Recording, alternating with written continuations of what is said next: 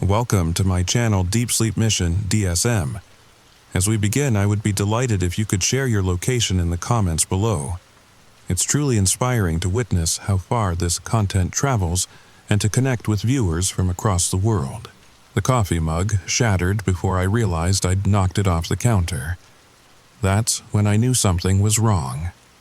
Not just clumsy wrong or tired wrong, but fundamentally, terrifyingly wrong. The porcelain exploded against my kitchen floor in slow motion, each piece spinning through the air like tiny white butterflies. And I stood there, my hand still reaching for where the mug had been 3 seconds ago. 3 seconds. That's all it takes to destroy a life. If you're still listening, if you haven't scrolled away yet, I need you to understand something. This isn't about being slow or having bad reflexes. This is about what happens when your mind falls out of sync with reality. When every thought, every reaction, every desperate attempt to catch up leaves you further behind. My name is Marcus Chen, and I'm about to tell you the most disturbing thing that's ever happened to me. Something that started in my apartment in downtown Seattle last Tuesday morning and hasn't stopped since. But before I begin, I need to ask you something. When was the last time you really paid attention to the gap between thinking and doing, between seeing and understanding? Because once you notice it, once you really notice it, you can never go back. The story starts now. Tuesday morning began like any other.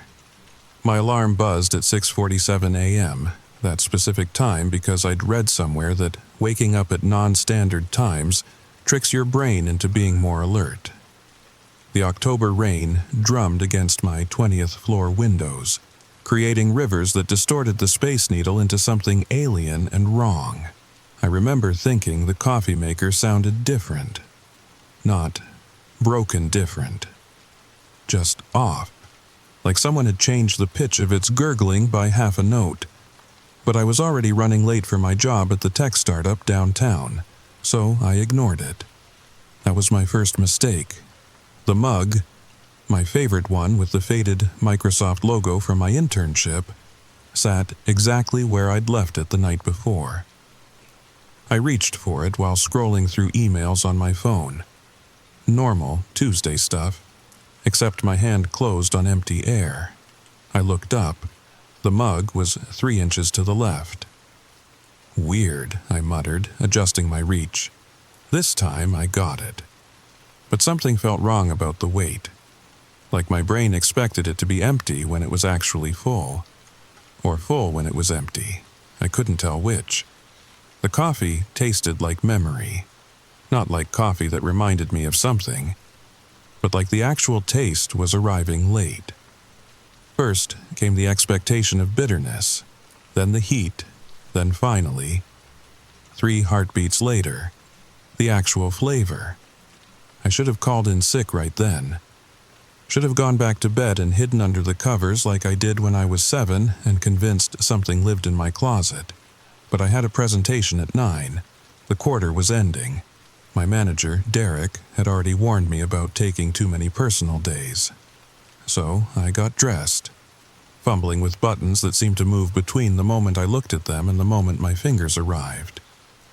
I blamed it on the lack of sleep, on the stress, on anything except what was actually happening. The walk to the bus stop took 17 minutes instead of the usual 12. Not because I was walking slower, but because I kept trying to open doors that my hand hadn't reached yet. Stepping off curbs my feet weren't ready for, flinching at car horns that had already faded by the time the sound registered. The woman at the bus stop, elderly, wearing one of those clear rain bonnets, kept glancing at me. I tried to smile, but by the time the expression reached my face, she'd already looked away. When I finally managed to make eye contact, she gathered her purse closer and shuffled to the far end of the shelter. "You okay, hun?" she asked, but her voice came from where she'd been standing, not where she stood now. The word "fine" died in my throat. because I'd already heard my response, already watched her nod and turn away, already seen the bus arriving, 3 seconds before it actually did. The ride downtown became a nightmare of predetermined moments. I reached for the rail before the bus lurched, moved aside for passengers before they stood up, heard my stop announced in echo, first in my mind, then through the speakers.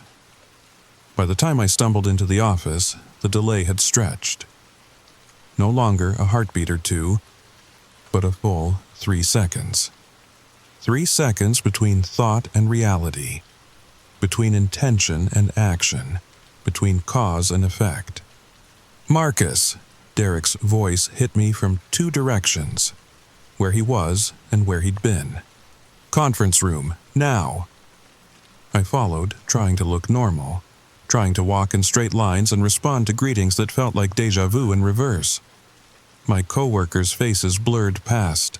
Sarah from accounting, Jin from development, that new intern whose name I could never remember. Their words reached me in waves. "Morning, Marcus. Heard about the Wilson account. Coffee's fresh if you..." Each phrase arriving after I'd already passed. After I'd already nodded, after I'd already pretended everything was fine. The presentation dissolved into chaos. My slides appeared before I clicked them.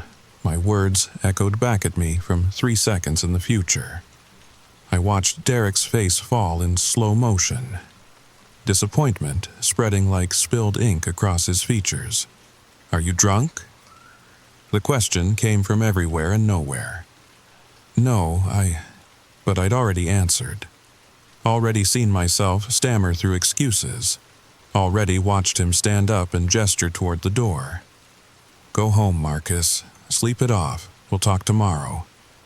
Tomorrow, the word felt like a threat, like a promise of something worse.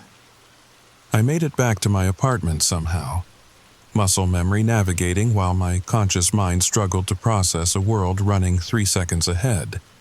Or was I 3 seconds behind? The distinction blurred like rain on glass. That's when I saw the note. Taped to my door in handwriting I didn't recognize. "Stop fighting it. The lag will only get worse." I reached for it, and my fingers closed on nothing. Because the note wouldn't be there for another 3 seconds. Because nothing was where or when it should be. I stood in my hallway, key in hand, waiting for my door to catch up to my intention to open it. Waiting for my life to sync back up. Waiting for those 3 seconds to collapse back into zero. They never did. That night, I tried to map the delay. I sat at my kitchen table with the stopwatch app, pressing the button over and over. Click. Wait. See the numbers change. 3.2 seconds. 3.1, 3.3, never exact, but always close enough to drive me insane. Sleep came in fragments. I'd drift off, then jolt awake convinced I was suffocating, only to realize I hadn't taken the breath yet that my lungs thought they needed. My dreams ran on different timelines, past, present, and future colliding like cars on black ice. Wednesday morning brought a decision. Adapt or lose my mind. I started small, set my alarm for 3 seconds later than when I wanted to wake up, reached for objects before I could see them clearly, began sentences before the person finished asking their question. It worked, sort of, like learning to walk again after an accident. Functional, but wrong. The coffee shop barista, a guy named Tyler with gauges and a neck tattoo, squinted at me when I handed him exact change before he'd finished ringing up my order. "You psychic or something?" He laughed, but it sounded nervous. "Something like that," I managed, already turning away from where he would be standing when he responded. The world became a dance of prediction and compensation. I discovered I could function if I stopped thinking and let my body operate on pure instinct. The moment I tried to analyze what was happening, everything fell apart. but the note bothered me. Someone knew. Someone had experienced this before, or caused it.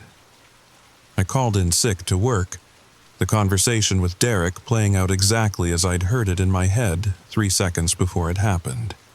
His frustration, my apologies, the warning about my performance review, all predetermined, all inevitable.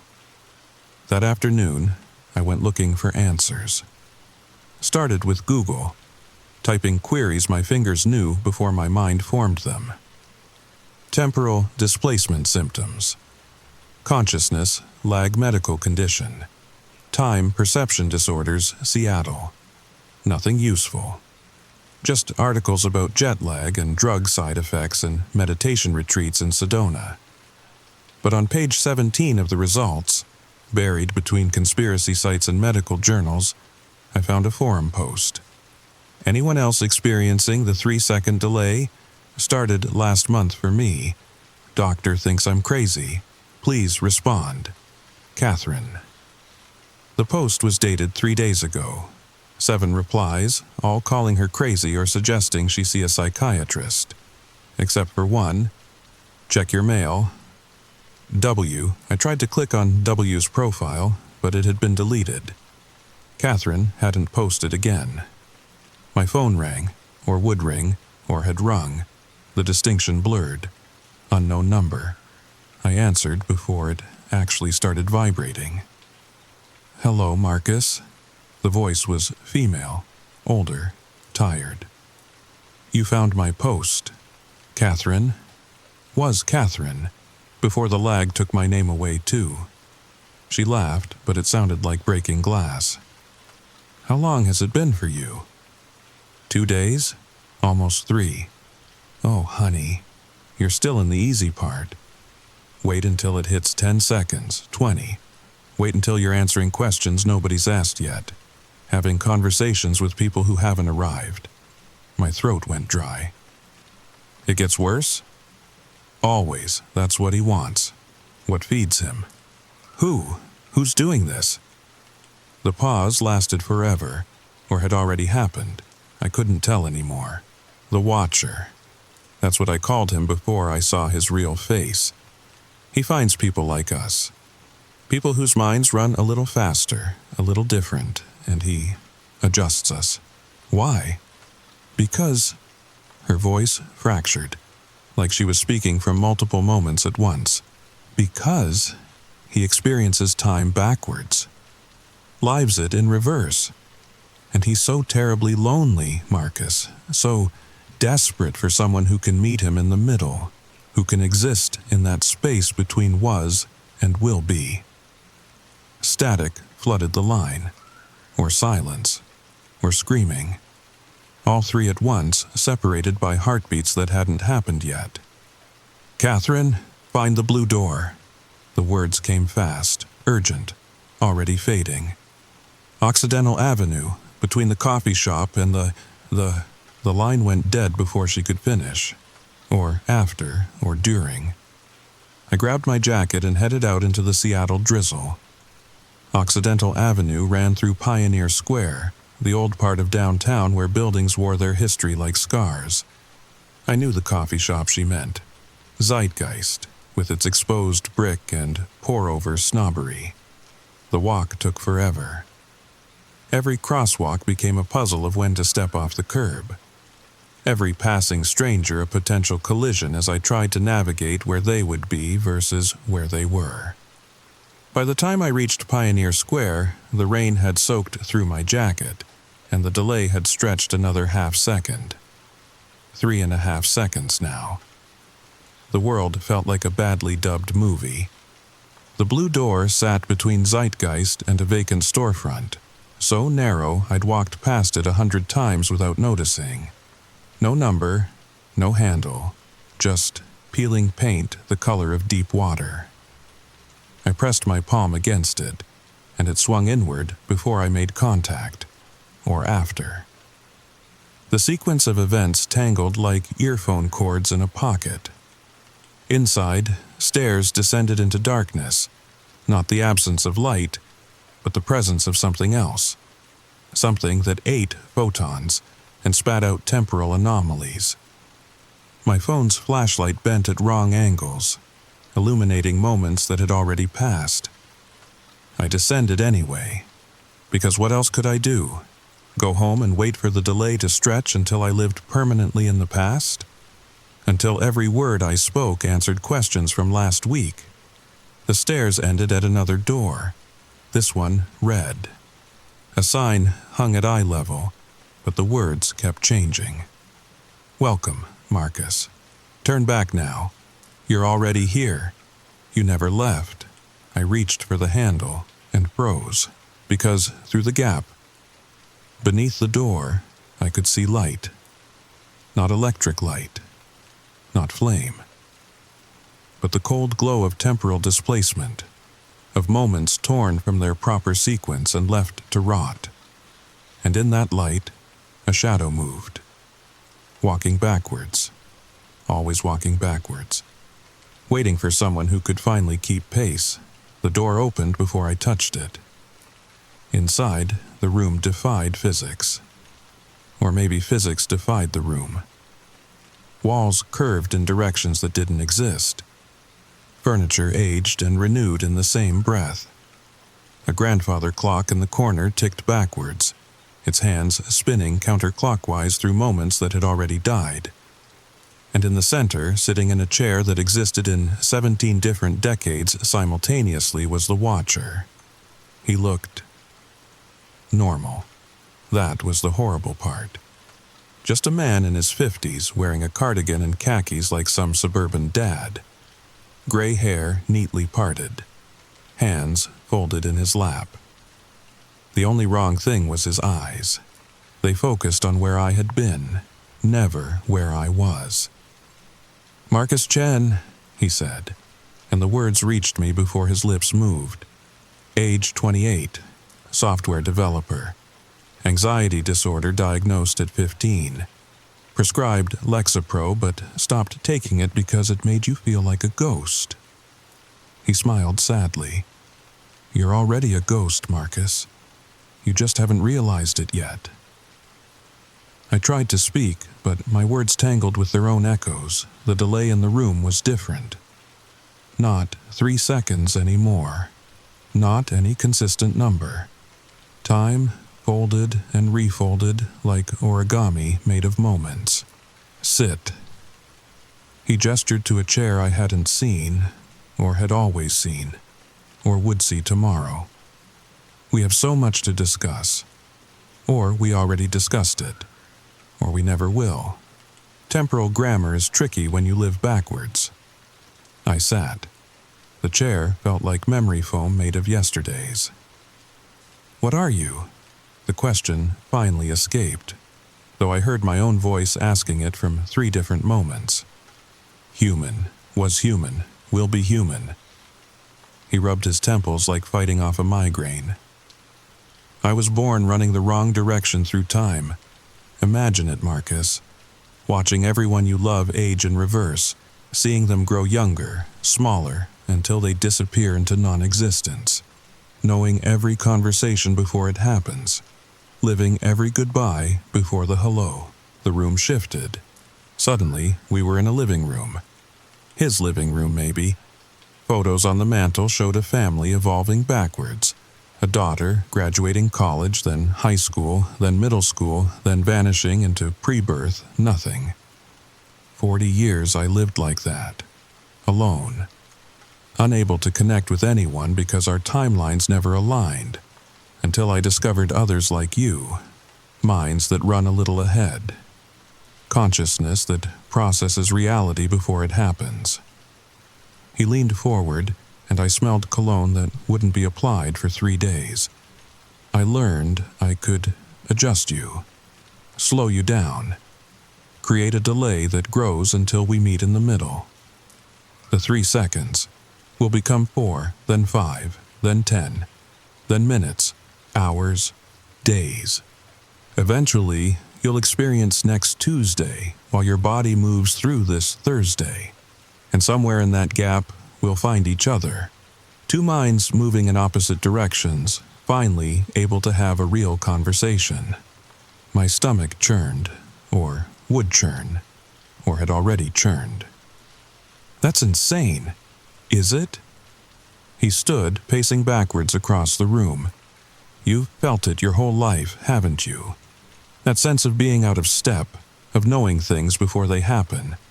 Anxiety isn't a disorder, Marcus. It's evolution.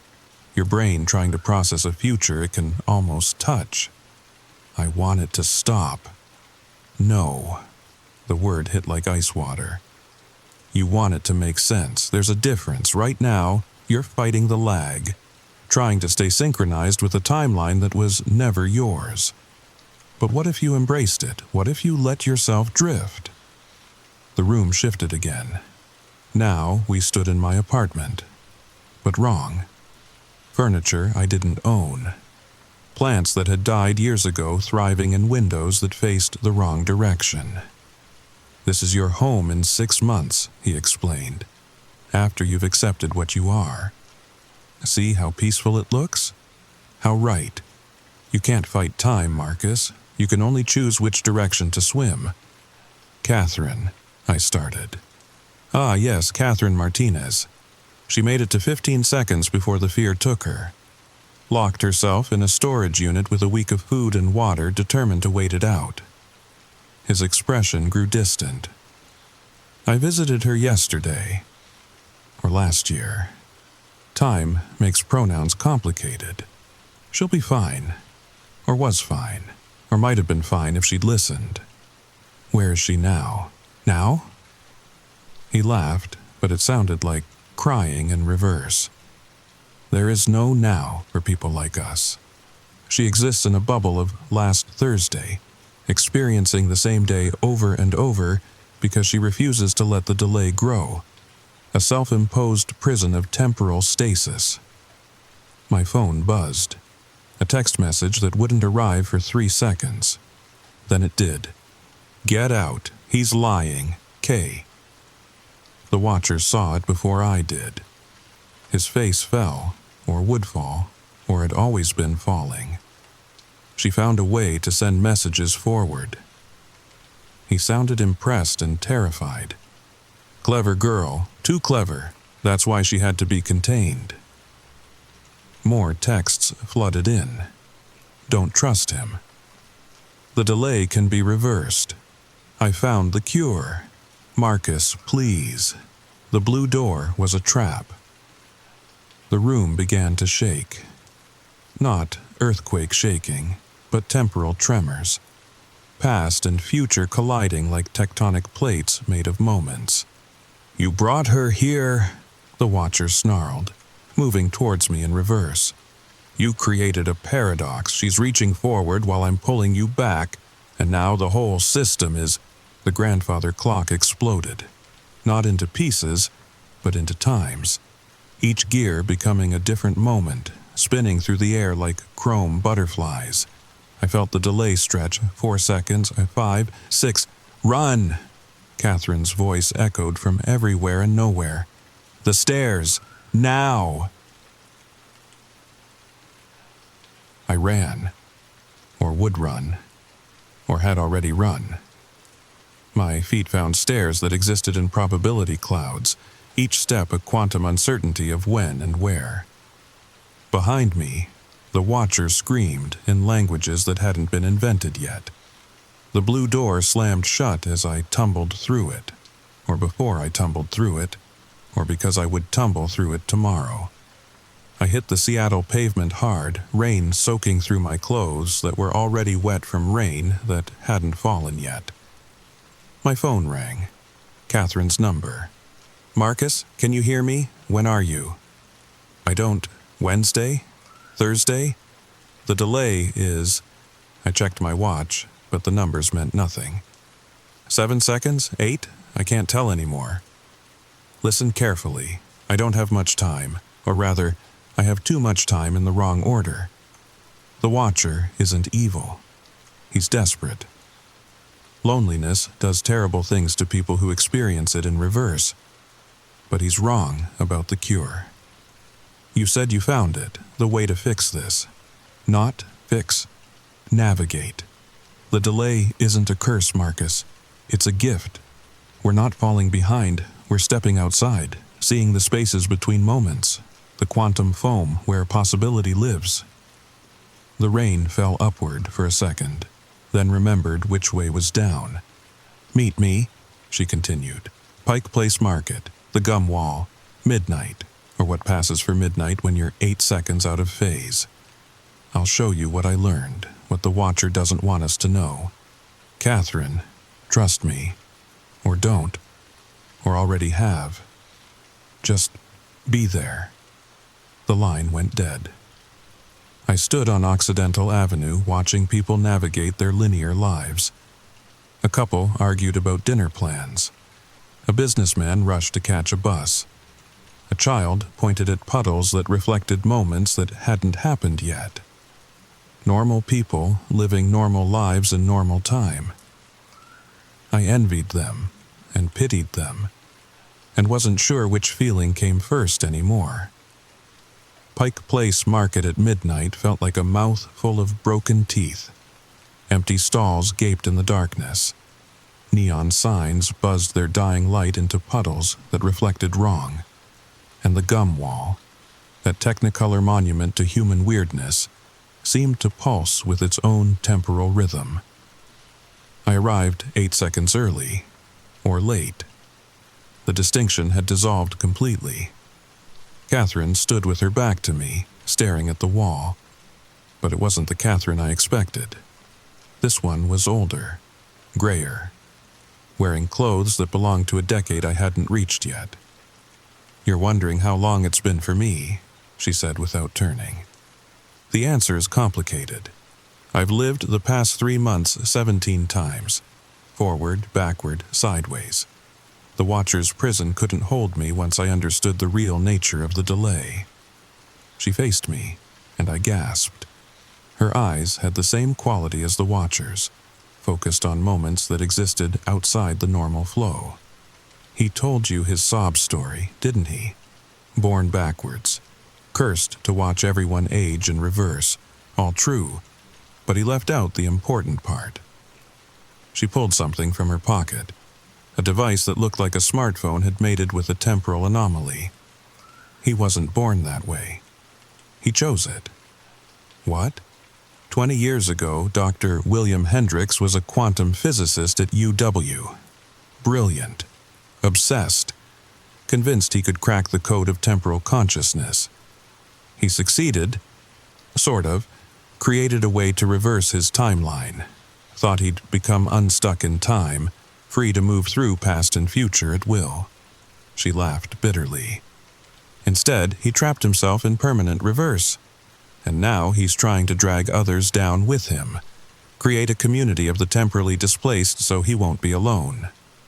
The device in her hand flickered, showing readouts I couldn't understand. Numbers that existed in mathematical dimensions my brain couldn't process. But here's what he doesn't know, Catherine continued. The delay isn't one-directional. It's not just consciousness lagging behind reality. It's consciousness learning to exist outside reality. To see the spaces between seconds. To step through temporal doorways that normal perception can't detect. She pressed the device, and the world shifted. Suddenly, I could see everything. Not just the present moment, but the probability cloud of all possible moments. The gum wall existed in thousands of states simultaneously, fresh and clean, covered in wads, power-washed, rebuilt, demolished. Every potential future and past occupying the same space. This is what we really are, Catherine whispered. Not victims of temporal displacement, explorers of quantum possibility. The delay isn't pushing us out of time, it's pulling us above it. But the pain, the disconnection, I can't even have a normal conversation anymore. Because you're trying to stay anchored to a single timeline. Let go, Marcus. Stop fighting the current. Learn to swim between moments instead of drowning in them. She handed me the device. It felt warm, like holding solidified time. I built this using principles I pulled from futures that might not happen. It can stabilize the delay at any interval you choose. 3 seconds, 8 seconds, a full minute. Or, she paused, you can use it to step completely outside, become truly unstuck, move through time like walking through rooms. What's the catch? You can never fully return. Oh, you can visit linear time, interact with it, but you'll always be slightly out of phase, a ghost haunting your own life. And once you've seen how time really works, how flexible and fragile it is, you can't unsee it. Behind us, footsteps echoed on wet pavement. The watcher approached, walking backwards as always, but now I could see the quantum wake he left, ripples of reversed causality spreading from each step. Catherine. Marcus. His voice came from when he would speak, not when his lips moved. I should have known you'd find each other. The displaced always do. Hello, William, Catherine said calmly, still pretending this was an accident, still playing the victim. His face contorted with pain, or would contort, or had always been contorted. You don't understand. I've seen how it ends, how everything ends. When you live backwards, you know every death before every birth, every goodbye before every hello. I needed company, I finished. You needed someone else to understand. Yes? The word broke across multiple moments. Is that so wrong, to not want to be alone in the space between tick and talk?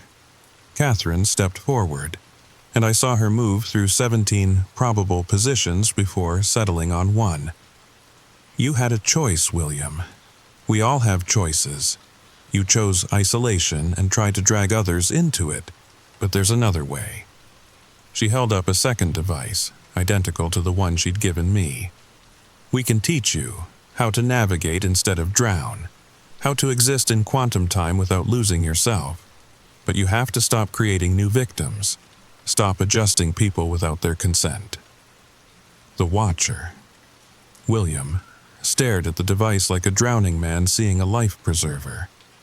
You'd do that after what I've done? Because of what you've done, Catherine corrected. You've shown us what we are, what we can become. That's worth forgiveness, if you're willing to change. He reached for the device with hands that moved through yesterday and tomorrow simultaneously. And that's when I felt it. The moment of choice. Not just for him, but for me. I could use the device Catherine gave me, lock my delay at a manageable 3 seconds and try to return to normal life. Or step fully into the quantum stream and become something new, something that existed in the spaces between moments. I looked at the gum wall, at the thousands of colored wads representing thousands of moments of human weirdness, each one a choice someone made, a tiny rebellion against the ordinary. What did you choose? I asked Catherine. She smiled, and I saw her smile in 17 different timelines. I chose to explore, to map the territories between seconds, to find others like us and teach them they're not broken, just different, that the delay isn't a disease, it's evolution. And if I choose the safe option, lock it at 3 seconds and pretend this never happened, then you'll always wonder.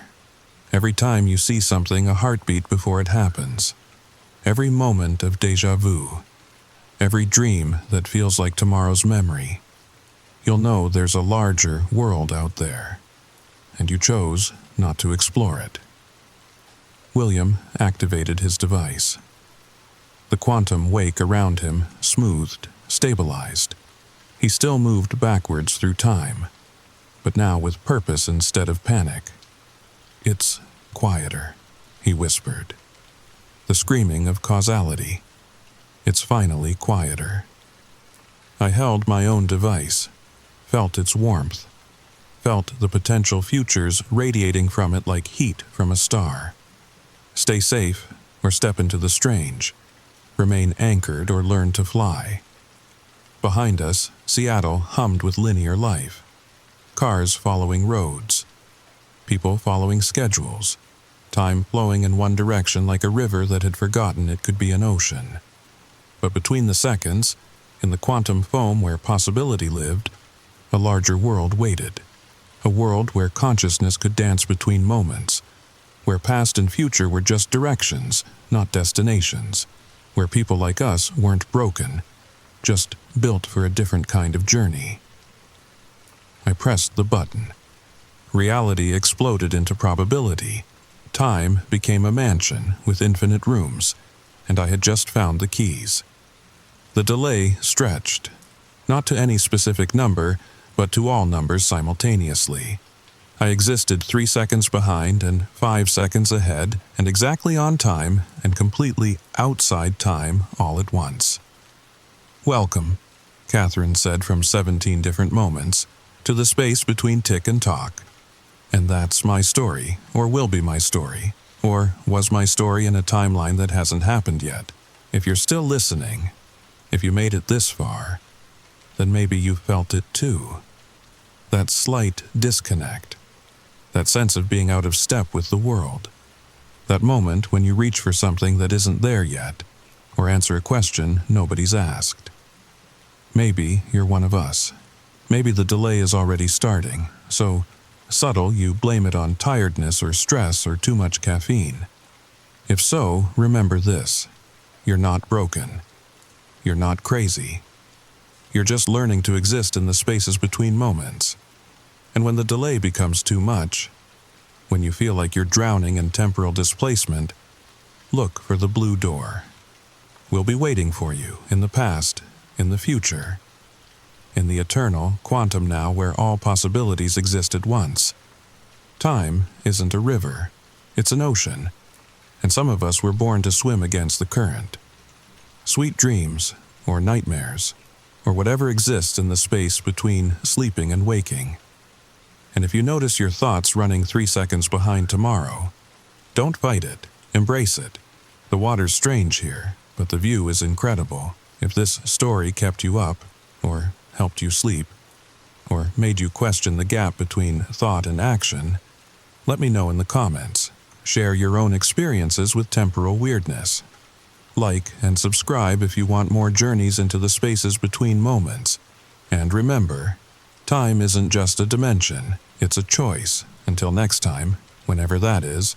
Story number 2. The thing about living alone is, you notice when things aren't where you left them.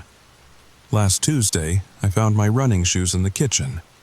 Not by the door where I always kick them off. Not in my bedroom. But right there on the cold linoleum, facing the window, like they'd been watching the sunrise. I stood there for a good minute, coffee mug frozen halfway to my lips, trying to remember if I'd had too much wine the night before. But no, I'd been sober, working late on spreadsheets, boring stuff. The kind of night where you fall asleep in your clothes and wake up with keyboard marks on your face. So, why were my Nike Air Max 270s sitting in my kitchen like they belonged there? If you're listening to this right now, probably tucked under your covers, maybe with just a nightlight on, I need you to do something for me. Look at your shoes. Are they exactly where you left them? Are you sure? Because mine weren't. And that was just the beginning. Hit that subscribe button if you want to hear more stories like this. But fair warning, after this one, you might start sleeping with your shoes under your pillow. Trust me, I do now. And now, the story begins. My name's Jake Morrison, and I've lived in this 2-bedroom ranch house in Cedar Rapids, Iowa, for 3 years. It's nothing fancy. Built in 1907, beige siding. The kind of place where the previous owners left behind a live, laugh, love sign that I keep meaning to take down but never do. The neighborhood's quiet. Too quiet sometimes. But that's what happens when you're the only person under 40 on the entire block.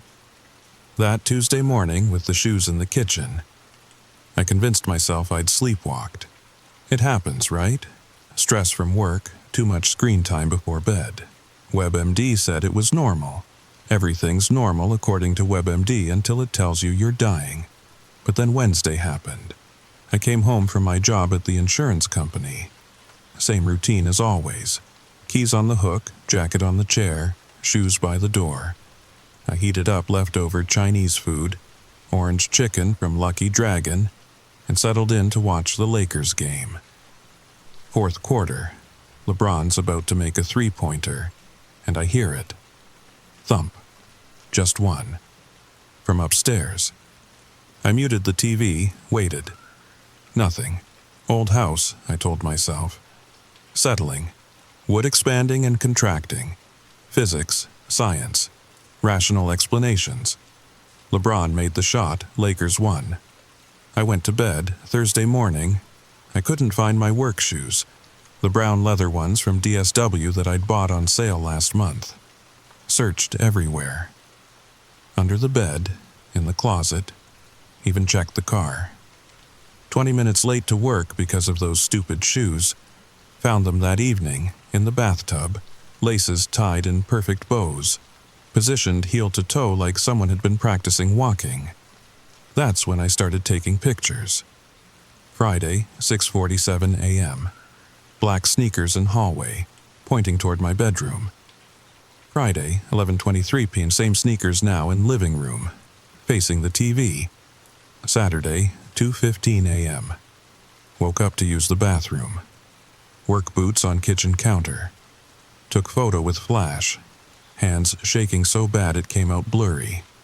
Saturday, 8 o'clock a.m. All shoes back in closet. Arranged by color. I don't arrange by color. I don't arrange anything.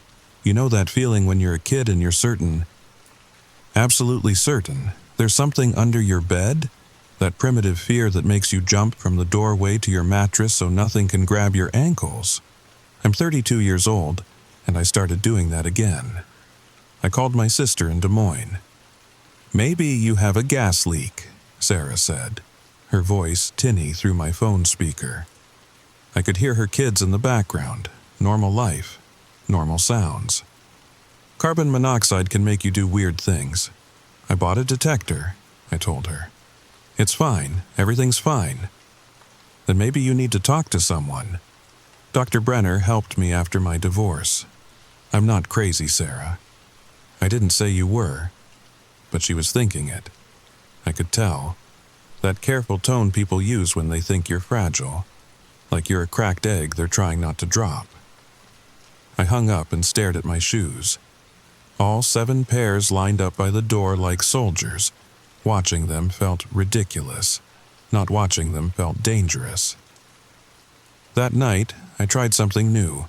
I traced around each shoe with masking tape. Little crime scene outlines on my hardwood floor. If they moved, I'd know exactly how far. Woke up at 3:33 a.m. to footsteps. Not upstairs this time. Right outside my bedroom door. Slow, deliberate. The unmistakable sound of rubber soles on wood. Step, pause, step, pause. Like someone learning to walk. Or something. I held my breath, counted to 100, then 200. The walking stopped at 217. When sunrise finally came, every single shoe had moved. Not far, just an inch or two outside their tape outlines. But the thing that made my blood run cold? They'd all moved in the same direction, toward my bedroom. I didn't go to work Monday. Called in sick. Wasn't really a lie. I felt sick. That kind of deep, bone-deep exhaustion that comes from not trusting your own home. But before I left the house that morning, I did something I'm not proud of. I set up my laptop, downloaded some security camera software, positioned it to record the hallway. Had to know if I was losing my mind or if something was really happening. The battery would last maybe 6 hours. Long enough. I spent the day at the library, not reading, just being somewhere else, somewhere public, somewhere with witnesses. The librarian, Mrs. Chen, kept giving me concerned looks. I probably looked rough. 3 days of barely sleeping will do that. "You okay, hun?" she asked when I was leaving. "Yeah, just research." "What kind of research?" I almost told her, almost said, I'm trying to figure out why my shoes walk around at night. But I just mumbled something about local history and left. Sitting in the library parking lot, I couldn't stop thinking about my grandfather. He'd lived alone the last 10 years of his life after Grandma passed. Used to tell us stories about her still being in the house. Said her slippers would be warm sometimes when he woke up, like she'd just taken them off. We thought it was dementia, loneliness playing tricks. But what if it wasn't? My phone buzzed. Work email. My boss asking about the Henderson report. Normal life trying to creep back in. I ignored it and drove to Home Depot instead. Bought motion sensors, door alarms, even those little bells people put on cat collars. If something was moving my shoes, I'd hear it coming. The teenager at checkout gave me a look. Having trouble with break-ins? Something like that. My mom swears by these, he said, scanning the bells. Says they keep the ghosts away. He laughed. I didn't. Got home at sunset. Sat in my car for 20 minutes before going in. The house looked normal, suburban, safe. The Mitchell family next door was having a barbecue. Smelled like hamburgers and normalcy. Mr. Mitchell waved. "Hey, Jake, want a burger?" "Thanks, but I'm good." "You sure? Laura made her potato salad." For a moment, I almost said yes. Almost walked over there and pretended everything was fine. Ate potato salad and talked about the weather and forgot about the shoes. But then I saw it. In my living room window, just for a second, a shadow, child-sized, moving away from the glass as I looked up. "Rain check," I told Mr. Mitchell. When I finally went inside, every shoe I owned was in the living room, arranged in a perfect circle. In the center, a pair I didn't recognize. Red canvas high tops, kids size, maybe size 4. I don't have kids. Never had kids visit. These shoes, they were old, worn. The kind of wear that comes from years of use. The left one had a small tear near the toe, fixed with silver duct tape. The laces were frayed at the ends. They smelled like, how do I describe it? Like childhood. That mix of playground dirt and grass stains and something else. Something sweet. Like those strawberry fruit snacks from the 90s. I picked them up and found a note underneath. My handwriting. But I didn't write it. They remember. My hands shook as I read it again. The letters were perfectly formed, my exact style. Even the way I curved my Y's. But I didn't write it. I threw the shoes across the room. They hit the wall with a soft thud and landed perfectly upright, like they'd caught themselves. The laptop. I suddenly remembered the laptop recording upstairs. I ran to check it, and froze in the doorway. It was off, unplugged. The cord wrapped neatly around it, 3 times. The way my mom taught me to wrap cords when I was a kid. 3 times, Jake. Always 3 times so they don't tangle. I hadn't told anyone about that. Never mentioned it. But something in this house knew. That's when I started searching the house's history. Property records, old newspapers, online forums, anything. The Maplewood Public Library had archives going back to the 1960s. Spent hours there Tuesday morning. Microfilm making me dizzy. Looking for any mention of 1847 Sycamore Street. Found the original building permit. 1987. Builder was Tom Harrison. Nothing unusual there. House was sold new to the Marsh family. Robert, Linda, and their son. Found it in a 94 article from the Cedar Rapids Gazette. 7-year-old Timothy Marsh, previous owner's son, died in this house. The article was vague about how, just said tragic accident, and survived by parents Robert and Linda. But there was a photo. School picture day. Timothy grinning at the camera, missing front tooth, wearing a Batman t-shirt. and red high tops, the same ones in my living room. I made copies of everything. The librarian, different one today, older man with thick glasses, watched me pile up papers. "Researching the Marsh boy?" he asked, quietly. I looked up, startled. "You knew him?" "Taught second grade back then. Timothy was in my class." He adjusted his glasses.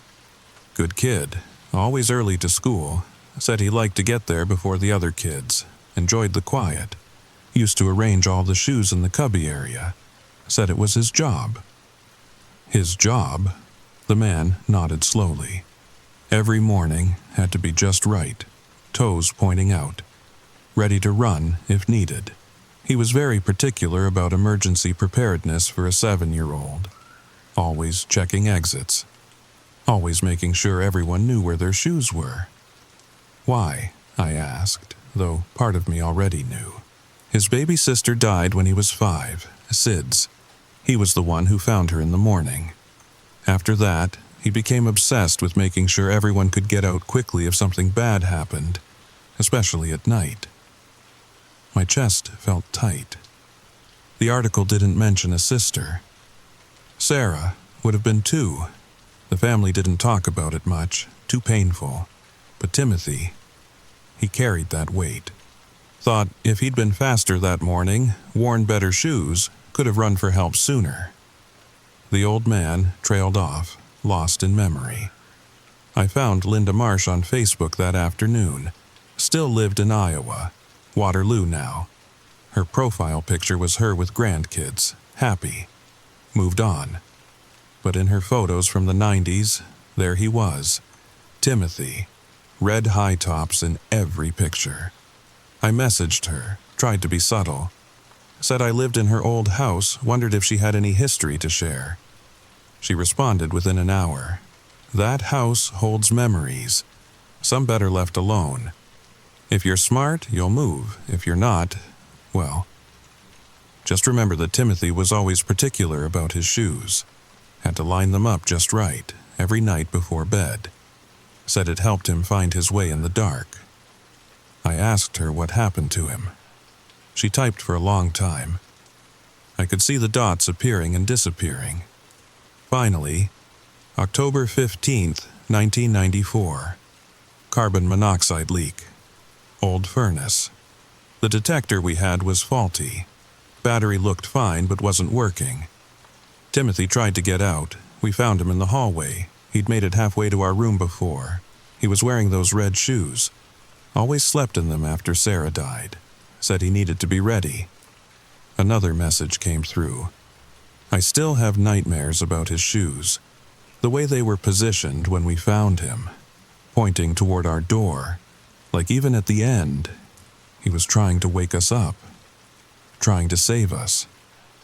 Then, if weird things happen in that house, let them. He's not trying to scare you. He's still trying to save people.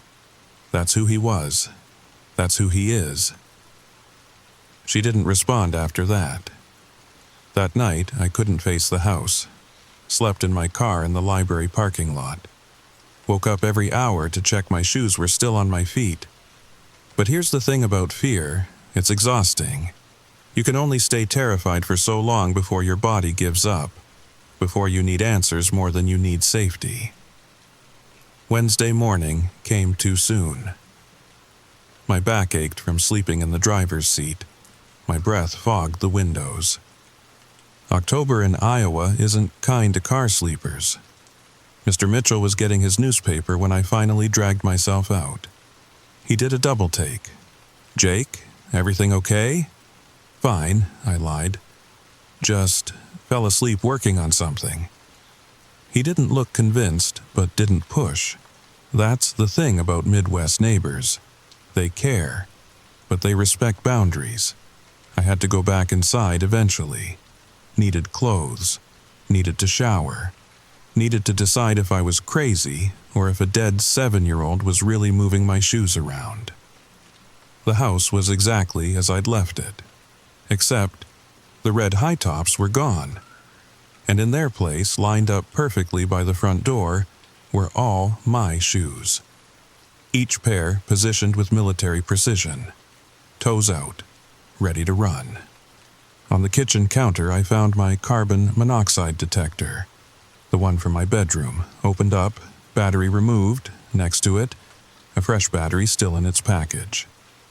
The old battery had corrosion on the terminals. Could have failed any day. My hands shook as I installed the new battery. The detector chirped once. Good battery. Good connection. Safe. That's when I understood what Linda meant. He wasn't haunting this house, he was protecting it.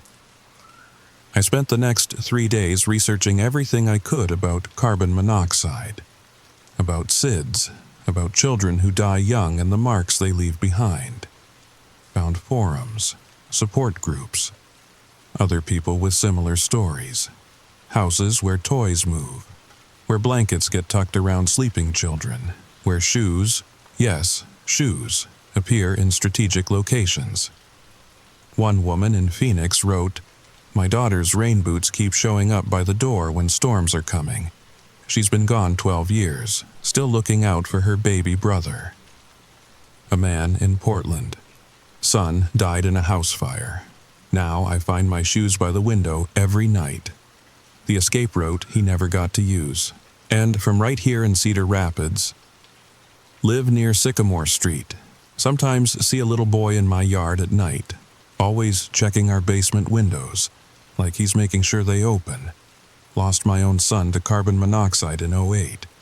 Would have been worse if the windows hadn't been unlocked. Still don't know how they got that way. Thursday night, I decided to try something. I left a pair of my shoes in Timothy's old room. Found out which one from the house's original listing. Small bedroom at the end of the hall. I'd been using it for storage. Also left a note. "Thank you for checking the detector. I'll keep fresh batteries in all of them, promise." Went to bed, actually slept. Deep, dreamless sleep. Woke up to find every shoe I owned arranged in a path from my bed to the nearest exit. The work boots pointed toward the window, a secondary escape route. The running shoes faced the bedroom door. The dress shoes were positioned by the smoke detector in the hall. And the note I'd left? Someone had written underneath in crayon. Shaky, childish letters. Check them monthly. Sarah didn't have shoes on. Couldn't run fast. You need good shoes to run fast. I sat on my bedroom floor and cried, not from fear, from understanding. This 7-year-old boy had died trying to save his parents, had spent almost 30 years making sure no one else died the same way. That afternoon, I went to Walmart. Bought every carbon monoxide detector they had. Spent the weekend installing them for all my neighbors, the Mitchells, Mrs. Patterson across the street, the new couple 3 houses down. "What's gotten into you?" Mrs. Patterson asked as I mounted one in her hallway. "Just being neighborly." She patted my cheek. "You're a good boy, Jake." As I was leaving, she called out, "Oh, and tell that little friend of yours he can stop checking my windows.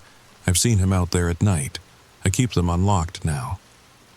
My blood chilled. "You've seen him?" "Red shoes are hard to miss, dear. He's very polite. Always waves." That night, I had a dream.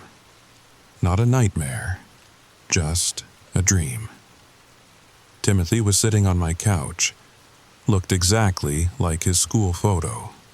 Gap-toothed grin, Batman shirt, red shoes swinging as they dangled off the cushions. "You fixed them all," he said. "The detectors? Yeah. Good, that's good." He picked at a loose thread on his shoe. "I couldn't fix ours. Dad was supposed to. He kept forgetting. I reminded him every day. It wasn't your fault. I know that now, but I didn't then. And after, I just wanted to make sure. How long have you been checking?" He shrugged, small shoulders moving under the cartoon Batman. "Time's different when you're like me. Feels like yesterday, feels like forever." Your mom misses you." "I know. I check on her sometimes. Make sure her shoes are good for the ice. She fell once. After that, I started arranging them better." We sat in comfortable silence. Then he asked, "Are you scared of me?" I was, not anymore. "Good. Being scared is okay sometimes. It keeps you safe. But not of me. I'm the safety check." I woke up as the first light crept through my windows. My shoes were all in their proper place, except for one pair of red high tops by the door. Size 4. The duct tape on the toe was fresh. The laces were new. I understood. He needed new ones. The old ones had walked too many miles, checked too many houses, saved too many lives. I ordered a pair online that day, best ones I could find. When they arrived, I left them by his door with a note. "For Timothy, keep up the good work." They were gone the next morning. But I found something in return, a child's drawing, crayon on construction paper, stick figures of a family, all wearing shoes, all safe. At the bottom, in purple crayon, "Thank you for understanding, T." That was 6 months ago. I still live here. Still find my shoes moved sometimes, but it's different now. Comforting. Like having the world's most dedicated security system. Sometimes I leave notes, updates about the neighborhood, who needs checking on, who just had a baby, who lives alone. He always responds. Usually in crayon, sometimes in my handwriting, which is still creepy, but I'm used to it. Last month I found all my shoes in the kitchen again, but this time there was a reason. The gas line to my stove had developed a small leak. So small I hadn't noticed, but Timothy had. I fixed it immediately, left him new laces as a thank you. My sister visited last week, still thinks I need therapy. "Your shoes are all over the place," she complained, nearly tripping over a pair in the hallway. "They're supposed to be there." "Why?" "Safety reasons." She rolled her eyes. But that night, her shoes joined the formation. Perfectly aligned. Toes pointing toward the exit. "Did you move my shoes?" she asked the next morning. "Nope." "Then who?" "Someone who cares about your safety. She left them there." Even Sarah knows better than to argue with good intentions. The neighbors have gotten used to it too. Sometimes I'll see Mr. Mitchell checking his shoes in the morning, nodding approvingly at their arrangement. Mrs. Patterson leaves cookies out on October 15th. Says they're always gone by morning. The new family that moved in last month. Their 5-year-old daughter told them about the shoe friend on their first night. Said he showed her the best way out of her room. Twice, just to make sure she remembered. Her parents were freaked out until I explained. Now they leave nightlights on. Makes it easier for him to work, because that's what it is. Work. A job he assigned himself at 7 years old and never gave up. Check the shoes. Check the exits. Check the detectors. Keep everyone safe. Some ghosts haunt. Some ghosts heal. And some just want to make sure you make it to morning. I've started volunteering with the fire department, teaching home safety, proper escape routes, the importance of good footwear, and always working detectors. Chief Rodriguez asked me once what got me so passionate about it. Lost a friend to carbon monoxide, I said. It wasn't exactly a lie. I'm sorry. Don't be. He's still around, still helping. The chief gave me an odd look but didn't press. Last week was the anniversary. 30 years since Timothy died. I expected, I don't know, something big. Some massive supernatural event. Instead, I woke up to find a single pair of shoes by my bed, my most comfortable ones, the ones with the best grip, and a note. Thanks for not being scared anymore. Thanks for helping. Sarah would have liked you. T.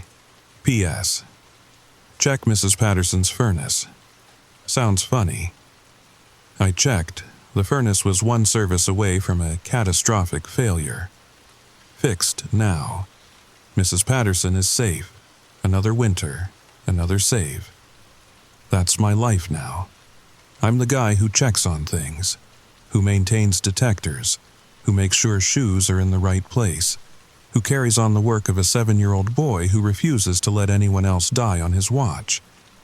It's not the life I expected, but it's the life that found me, in a beige house, on Sycamore Street, where the shoes walk at night, and that's exactly how it should be. So, if you're still listening, still tucked in your bed, look at your shoes one more time. Are they exactly where you left them? Or have they moved just a little, just enough to point you toward safety? Maybe it's nothing. Maybe it's your imagination. Or maybe, just maybe, something's watching out for you. One step at a time. Sweet dreams. And don't forget to check your carbon monoxide detector. Timothy insists.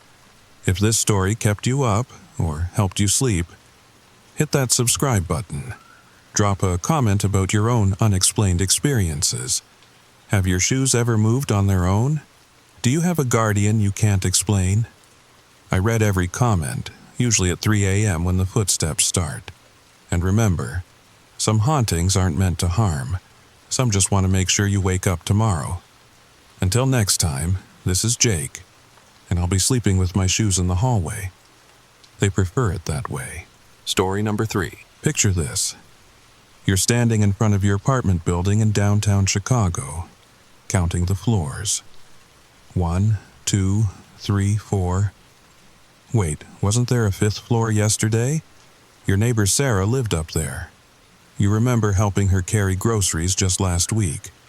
But now, the building just ends, like someone took a giant eraser and rubbed out the top floor completely. No debris, no construction, just gone. If you're thinking this sounds impossible, trust me, I thought the same thing. Until it happened to me. Before you scroll away, I need you to hear this. Because what happened in my building, it might be happening in yours too. And once it starts, there's no stopping it. The story begins now. My name is Marcus. I moved to Chicago 3 years ago for a job at a tech startup. You know, the usual millennial dream. Found this decent apartment building on North Halsted Street. Nothing fancy, just a regular 5-story brick building from the 1920s. The kind with those old radiators that clang in the winter and windows that stick when it rains. I lived on the 3rd floor. Apartment 3B. Had this neighbor below me, Mrs. Chen, who always complained about my footsteps. Above me was this guy Jake who played guitar at weird hours. And above him, Sarah and her daughter Emma on the 5th floor. It started on a Tuesday, October 15th.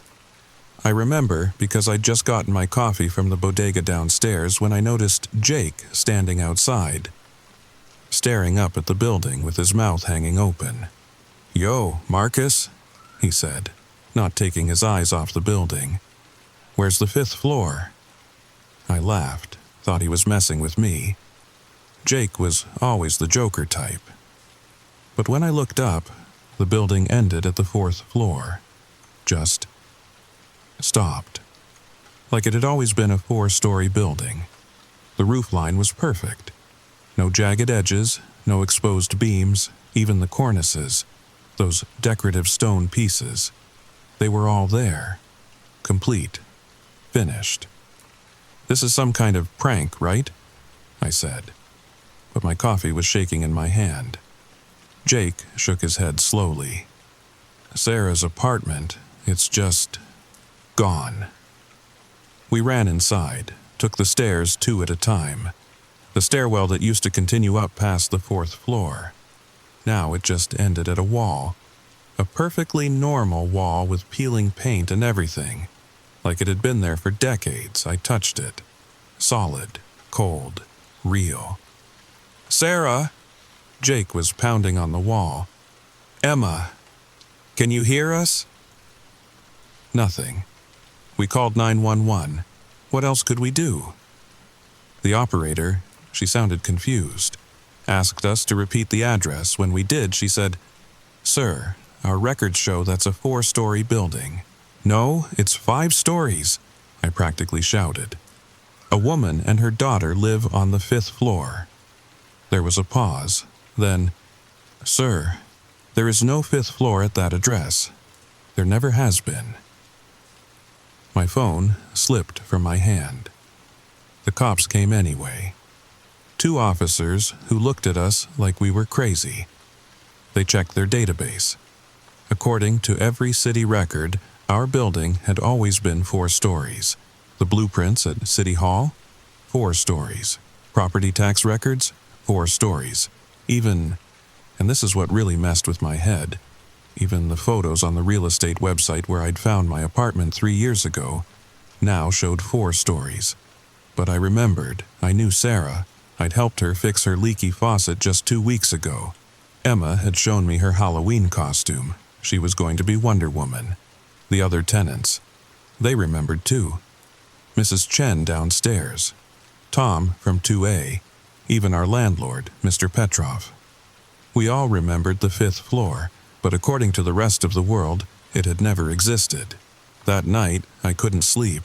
I kept staring at my ceiling, wondering if Sarah and Emma were somehow up there, trapped in some space between spaces. Every little creak made me jump. Around 3 a.m., I heard something that made my blood freeze. Footsteps. Above me, in Jake's apartment. But they weren't Jake's footsteps. Too light, too quick, like a child running, like Emma. The next few days were a blur of confusion and fear. We filed missing person reports for Sarah and Emma. But how do you report someone missing from an apartment that supposedly never existed? The police had no records of them, no social security numbers, no school enrollment for Emma. Nothing. But we had proof. Photos on our phones. Sarah at Jake's birthday party. Emma trick-or-treating last year. Except, when we looked at those photos now, Sarah and Emma were gone. Just empty spaces where they used to be. In the birthday party photo, Jake was raising a toast to empty air. In the Halloween picture, I was handing candy to no one. Only our memories remained. Mr. Petrov called a tenant meeting that Friday. We gathered in his first-floor apartment, all 12 of us who lived in the building. His hands were shaking as he poured coffee. "My friends," he said in his thick Russian accent, "I have lived in this country 40 years. I have seen strange things. But this," he shook his head, "this is something else." "What do we do?" asked Mrs. Chen. "What if it happens again?" Tom from 2A laughed, but it wasn't a happy sound. "Happens again? Come on, buildings don't just lose floors." That's when Jake spoke up. "I've been measuring." We all turned to look at him. "The building," he continued, "I've been measuring it from the outside. Yesterday it was 60 feet tall. Today," he paused, "today it's 58. The room went silent. 2 feet, whispered Mrs. Chen. "It's shrinking 2 feet a day." "That's impossible," Tom said, but his voice cracked. Jake pulled out his phone, showed us photos he'd taken with measurements. He was right.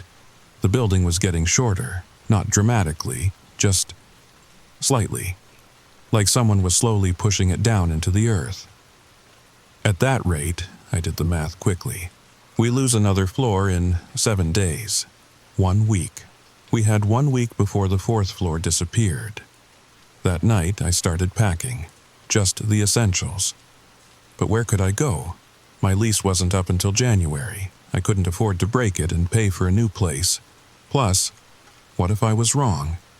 What if we were all just having some kind of shared delusion? But then I heard it again. The footsteps above me. And this time, I heard something else. A voice, faint, like it was coming through water. Help us. I pressed my ear to the ceiling. Sarah, is that you? The voice came again, weaker. Can't breathe, getting smaller. I grabbed a broom and started banging on the ceiling. Hold on, we'll get you out. But Jake's door flew open. He stormed down to my apartment. What are you doing? I heard them, I said. Sarah and Emma, they're trapped up there. Jake's face went pale. Marcus, I heard them too, but they weren't coming from above. He pointed to his floor. They were coming from below. That's when we realized. The 5th floor hadn't disappeared. It had been compressed, pushed down into the space between the 4th and 3rd floors. Sarah and Emma were trapped in a space that was getting smaller every day. We tried everything. Crowbars, sledgehammers. Jake even borrowed a concrete saw from his construction job. But nothing worked. The moment we'd make a hole, it would seal itself. Like the building was healing. Like it was alive. Mr. Petrov found something in the basement. Old newspapers from when the building was constructed in 1923. The headlines made our skin crawl. Construction halted after 5th worker vanishes. Architect claims building hungry for souls. City condemns 5-story building, demands reduction to 4 floors. But the building had been 5 stories when we all moved in. How was that possible? Tom had a theory. What if it's like a cycle? The building grows to 5 stories, attracts tenants, then feeds on the top floor. Then it starts over. Feeds? Mrs. Chen's voice was barely a whisper. Look at the dates on these newspapers, Tom continued. 1923. Then I found more incidents, 1943, 1963, 1983, 2003, every 20 years. I did the math. 2023. This year. Every 20 years it takes a floor, Jake said. And everyone forgets, everyone except the people living here. We had 4 days left. By Monday, the panic had fully set in. Half the tenants had already fled. Mrs. Chen moved in with her sister in Evanston. Tom just vanished, left all his stuff and disappeared. But some of us stayed. We had nowhere else to go. Or we couldn't leave Sarah and Emma behind. Jake and I spent every night trying to break through to them. The voices were getting weaker. Sometimes we'd hear crying. Sometimes nothing at all. The space between floors was compressing more each day.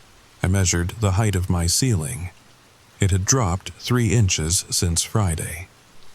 Mr. Petrov was the one who found the architect's journal, hidden in a wall during renovation 20 years ago. But he'd forgotten about it until now. The building made people forget things, important things. The journal belonged to Henry Blackwood, the original architect. His entries started normal, talking about his vision for a modern apartment building. But as construction progressed, they got stranger. The workers speak of voices in the walls. Nonsense, of course. Though I must admit, I hear them too at times. We've lost another man, simply vanished while working on the 5th floor. The police suspect foul play, but I know better. The building took him. I understand now. The land is cursed. No, not cursed. Hungry. It requires sacrifice, 1 floor every 20 years, 1 set of souls to feed upon.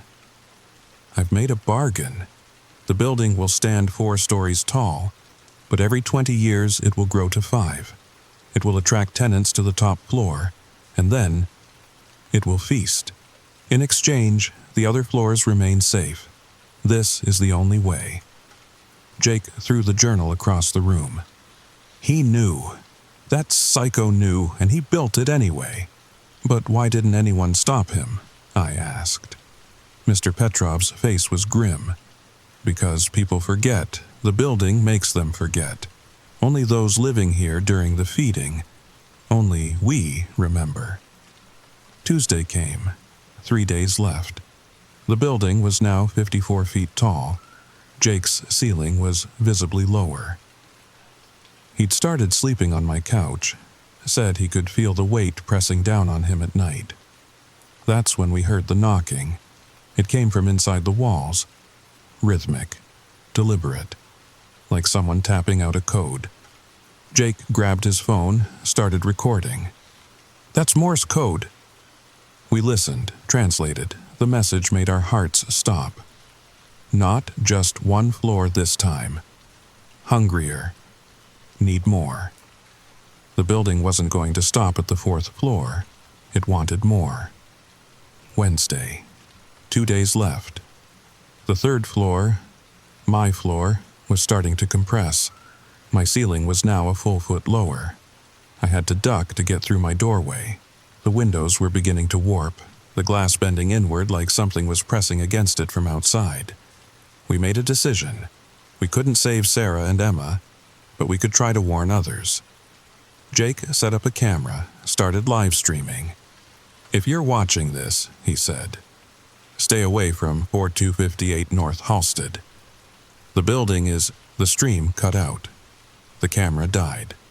Every electronic device in the building stopped working simultaneously. That's when the walls started talking, not voices, words, appearing in the paint like bruises, messages that faded as quickly as they appeared. 20 years too long. Hungry now. All floors mine. You cannot leave. We ran for the exits, but the doors wouldn't open. The windows were sealed. We were trapped. Thursday, 1 day left. The building was 48 feet tall. Jake's apartment was gone, compressed into a space 6 inches high.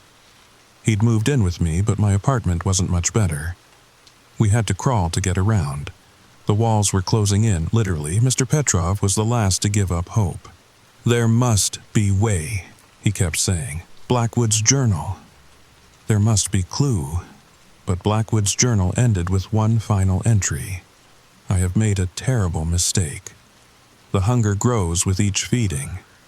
20 years will become 10, then 5, then 1, and then it will consume everything. I tried to destroy my creation, but it's too late. The building has a will of its own now. May God forgive me." The footsteps above us had stopped. Sarah and Emma's voices had gone silent yesterday. I didn't want to think about what that meant. As I write this, it's Thursday night. Halloween. How fitting. The building is now 46 feet tall. By tomorrow, the 3rd floor will be gone, and us with it. Jake is beside me. We're recording everything on paper, hoping someone will find this. Someone who might remember, someone who might warn others. The walls are so close now. I can touch both sides of my apartment by stretching out my arms. The ceiling presses down on us. We've stopped trying to escape. There is no escape. But I need you to know something. This isn't just about our building. In Blackwood's journal, he mentioned others, other architects who made similar bargains, other buildings that feed. Maybe you've noticed it in your own building, a floor that seems smaller than it should be, voices in the walls, neighbors who vanish and are forgotten, time distortions, electronic failures, or maybe you've counted the floors from outside, and the number doesn't match what's inside. These buildings are everywhere, waiting, feeding, growing hungrier. And once they start taking floors, they don't stop. It's 11:47 p.m., 13 minutes until Friday, until the 3rd floor gets compressed. But wait, I need to tell you about the photographs. The ones I found hidden in Mr. Petrov's apartment after he disappeared. See, Mr. Petrov had lived through this before. 20 years ago. He was a younger man then. Had a family, a wife named Anya, 2 kids. They lived on the 2nd floor. The photographs showed the building from 2003, 5 stories tall, just like ours had been.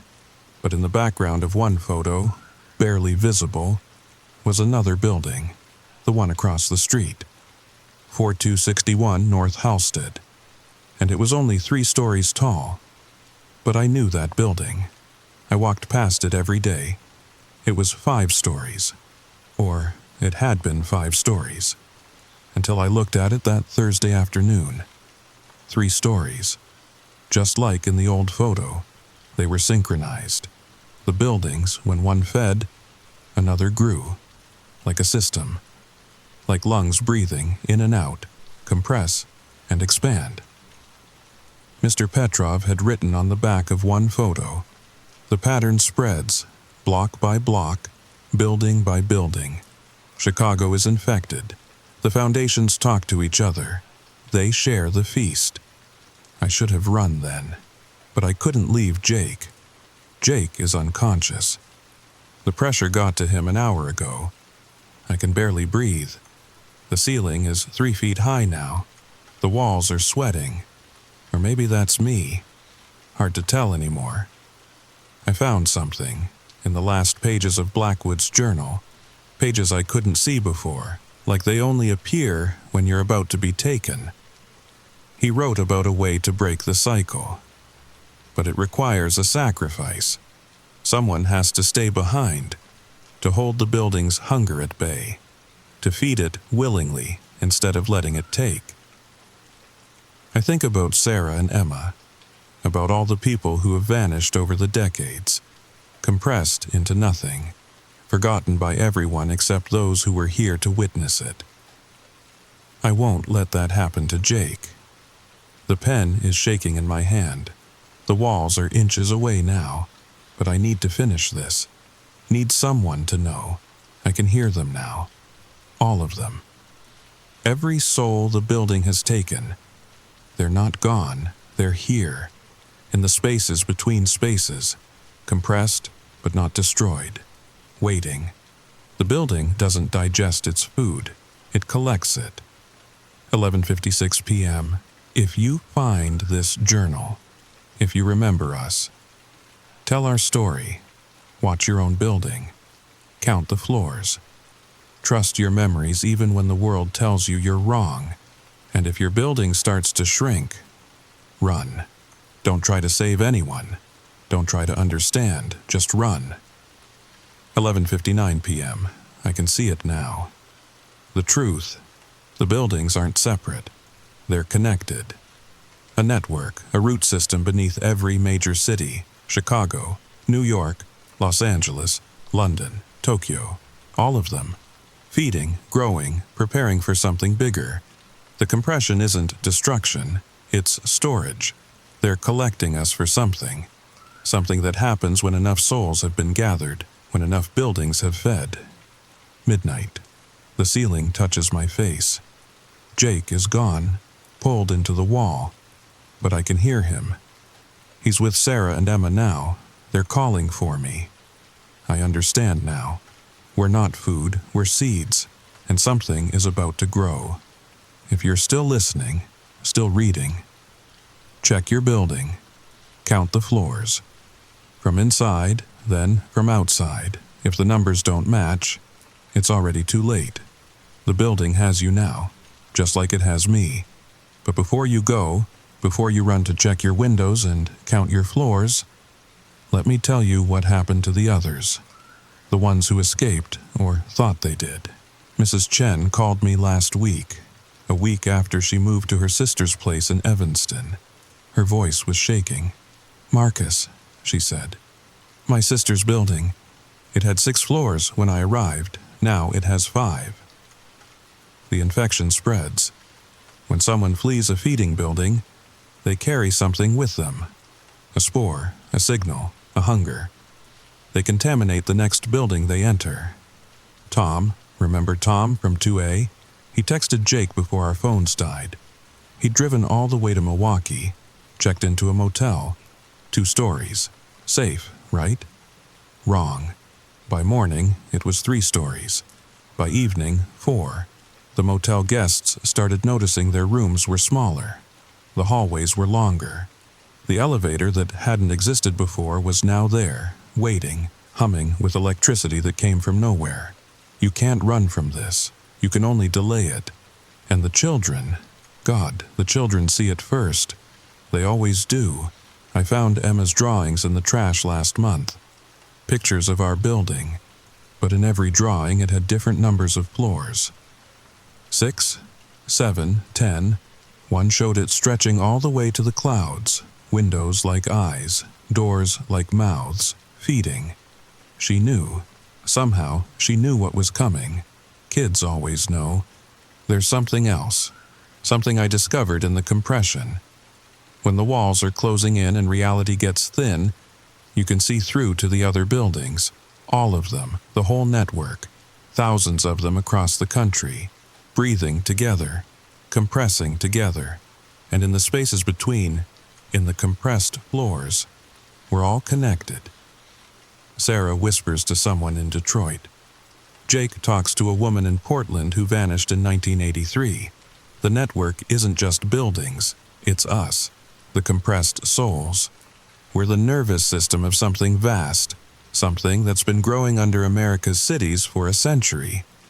Blackwood didn't make a bargain with the land. He made a bargain with something that was already here, something that's been here since before the cities. Since before the first foundation was poured. It taught him how to build, how to create structures that could feed it, how to hide in plain sight. Every major city, every apartment building over 3 stories, they're all potential feeders. Dormant until activated. And once one starts, it triggers others, like dominoes, like a virus, like what's happening right now. You think this is just a story? Think again. Google building height discrepancy Chicago. See how many results come up. How many people asking why their building seems shorter. Why floors are missing. Why their apartments feel smaller. The posts disappear within hours. The building scrubs them. But for a moment, people notice. We all notice. We just forget. Or we're made to forget, or we're compressed before we can tell anyone. But you'll remember this story, even when the building tries to make you forget. Because I'm not just telling it, I'm embedding it in your mind, in your dreams, every time you walk into an elevator and count the buttons, every time you climb stairs and lose count, every time your ceiling creaks at night. You'll remember, and you'll check. And one day, you'll notice something's wrong. That's when you'll know it started. Your building's turn, your feeding cycle, your compression. But by then, it'll be too late. Just like it's too late for me. Wait, how are you reading this? This journal was compressed with me, unless you're in a building too. A building that's starting to shrink. And you found this because the walls wanted you to. Because it wants you to know what's coming. Because fear makes the feeding sweeter. But there's something else. Something I haven't told you yet. The real reason I'm able to write this. To reach you, even from inside the compressed space. It's because I'm not the first. In the walls, in the compressed spaces, there are others. Hundreds of them, all writing, all warning. All trying to reach someone. Anyone, before it's too late. We exist in the margins, in the spaces between floors, in the moments between seconds. We can sometimes push through, leave messages, like bruises on reality. Have you ever found a note in your apartment that you didn't write? A message scrawled on a mirror that appears when the room steams up. Words typed on your computer while you slept. That's us, the compressed, the collected, trying to warn you. But the building learns. It adapts. It makes our warnings seem like dreams, like stories, like fiction. Nobody believes fiction, right? Nobody checks their ceiling height because of a scary story they heard online. Except you will. Because deep down, you already know something's wrong with your building. You've felt it. That sense of unease when you're alone in the hallway. The way the elevator sometimes opens to floors that shouldn't exist. The maintenance door that wasn't there yesterday. The way your apartment key sometimes doesn't fit quite right. Like the lock has shifted slightly. Those aren't accidents. Those aren't your imagination. That's the building. tasting you, testing you, deciding if you're ready to be compressed. Check your ceiling. Is it lower than yesterday? Check your windows. Are they harder to open? Check your doors. Do they stick when they didn't before?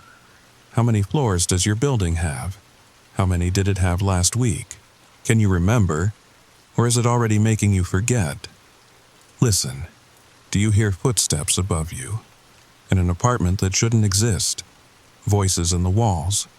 Your neighbors acting strange? It's starting. Your building is waking up. And once it starts feeding, count your floors. Every day. Write it down. Take pictures. Don't let it make you forget. And whatever you do, don't live on the top floor. Because the top floor always goes first. Always. But here's the thing they don't tell you. What I learned too late. The building doesn't just take floors from the top. Sometimes, when it's extra hungry, it takes them from the bottom too. Pulls them down into the earth, into the foundation, into the network below. So really, nowhere is safe. The building will feed, one way or another. And we're all just waiting our turn. Sweet dreams. If you can still sleep after this, and if you hear footsteps above you tonight, or below you, or in the walls, don't investigate, just run, while you still can. Because once the building marks you, once it decides you're next, there's no escape. Trust me. I'm proof, or I was, before I became just another voice in the walls, another forgotten soul, another seed waiting to grow. The building has me now. And if you're not careful, it'll have you too. So, still think your building is safe? Still trust those floors you count every day? I need to know. Comment below. Tell me how many floors your building has. Then count them tomorrow and the day after. Let me know if the number changes. And if you hear voices in your walls tonight. If you notice your ceiling seems lower. If your neighbors start disappearing. Subscribe, because you'll want to know what happens next. You'll need to know what happens when the buildings have collected enough of us. What grows from seeds of compressed souls. What's really underneath our cities, and why they're all waking up this year. Sweet dreams, if you can manage them. And remember, count your floors every single day before it's too late, like it was for me. Story number 4. The sock was wrong. I held it up to the dim basement light, turning it over in my hands. Navy blue with tiny anchors. Definitely not mine. My apartment complex in downtown Denver had a shared laundry room, sure, but I'd been the only one down here for the past hour. The machines on either side of mine sat empty, their doors hanging open like mouths mid-yawn. I glanced at my phone. 2:47 a.m. Nobody else would be doing laundry at this ungodly hour on a Tuesday. That was precisely why I chose this time. To avoid the crowds, the small talk, the awkward dance of waiting for machines. But here was this sock. Small, child-sized maybe, and I lived alone.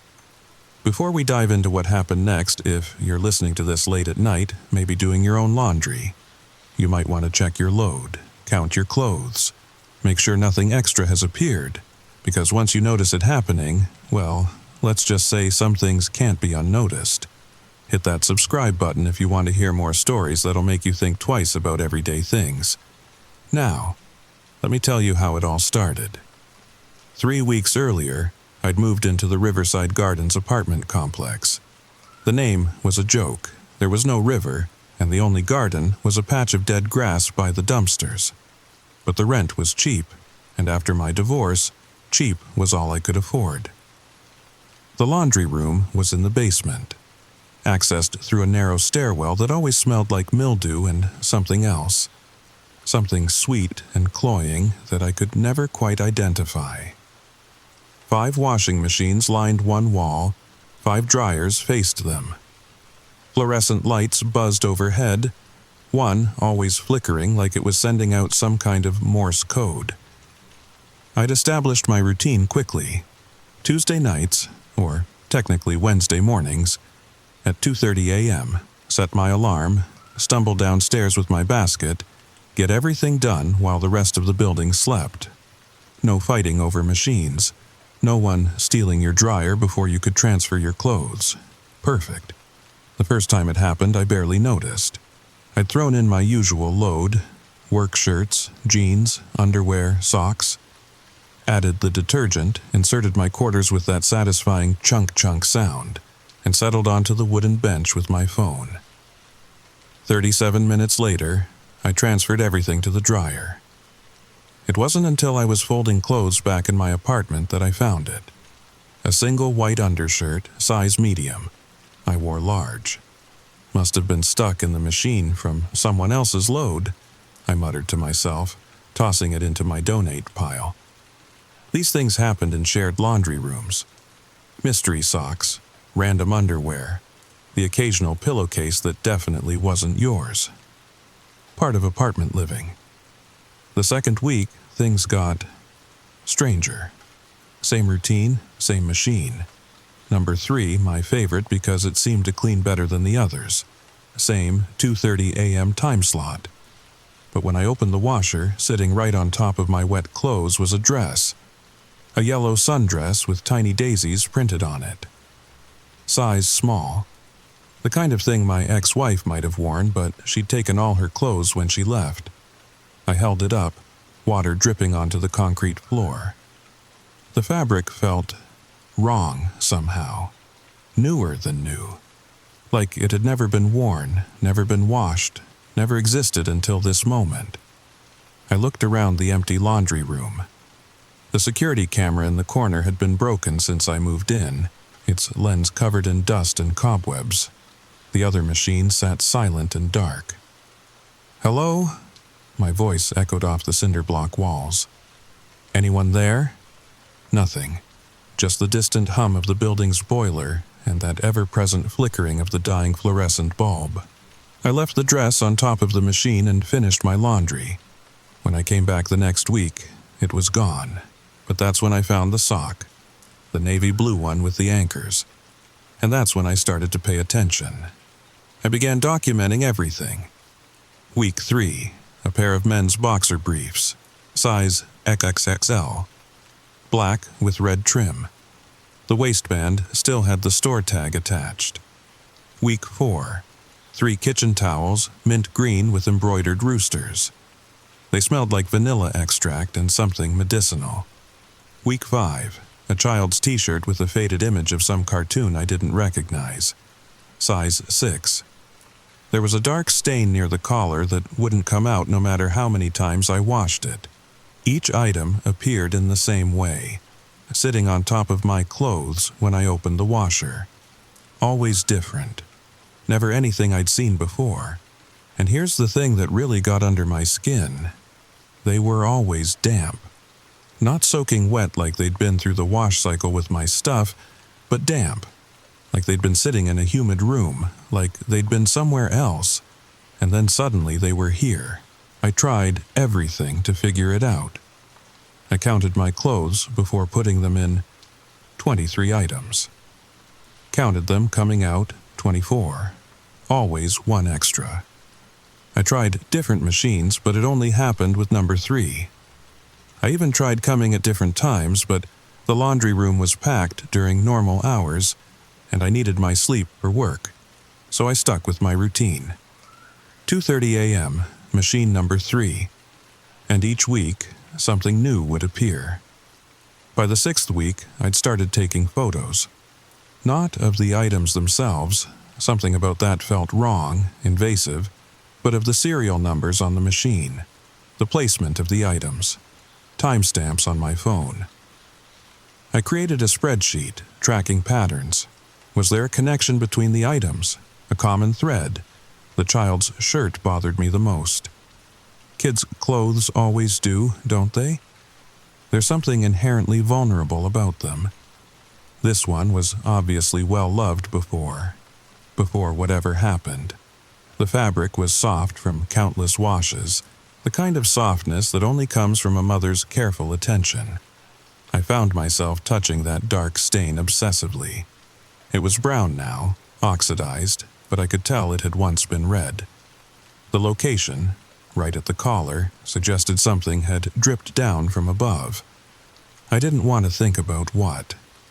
That's when I decided to do some real detective work.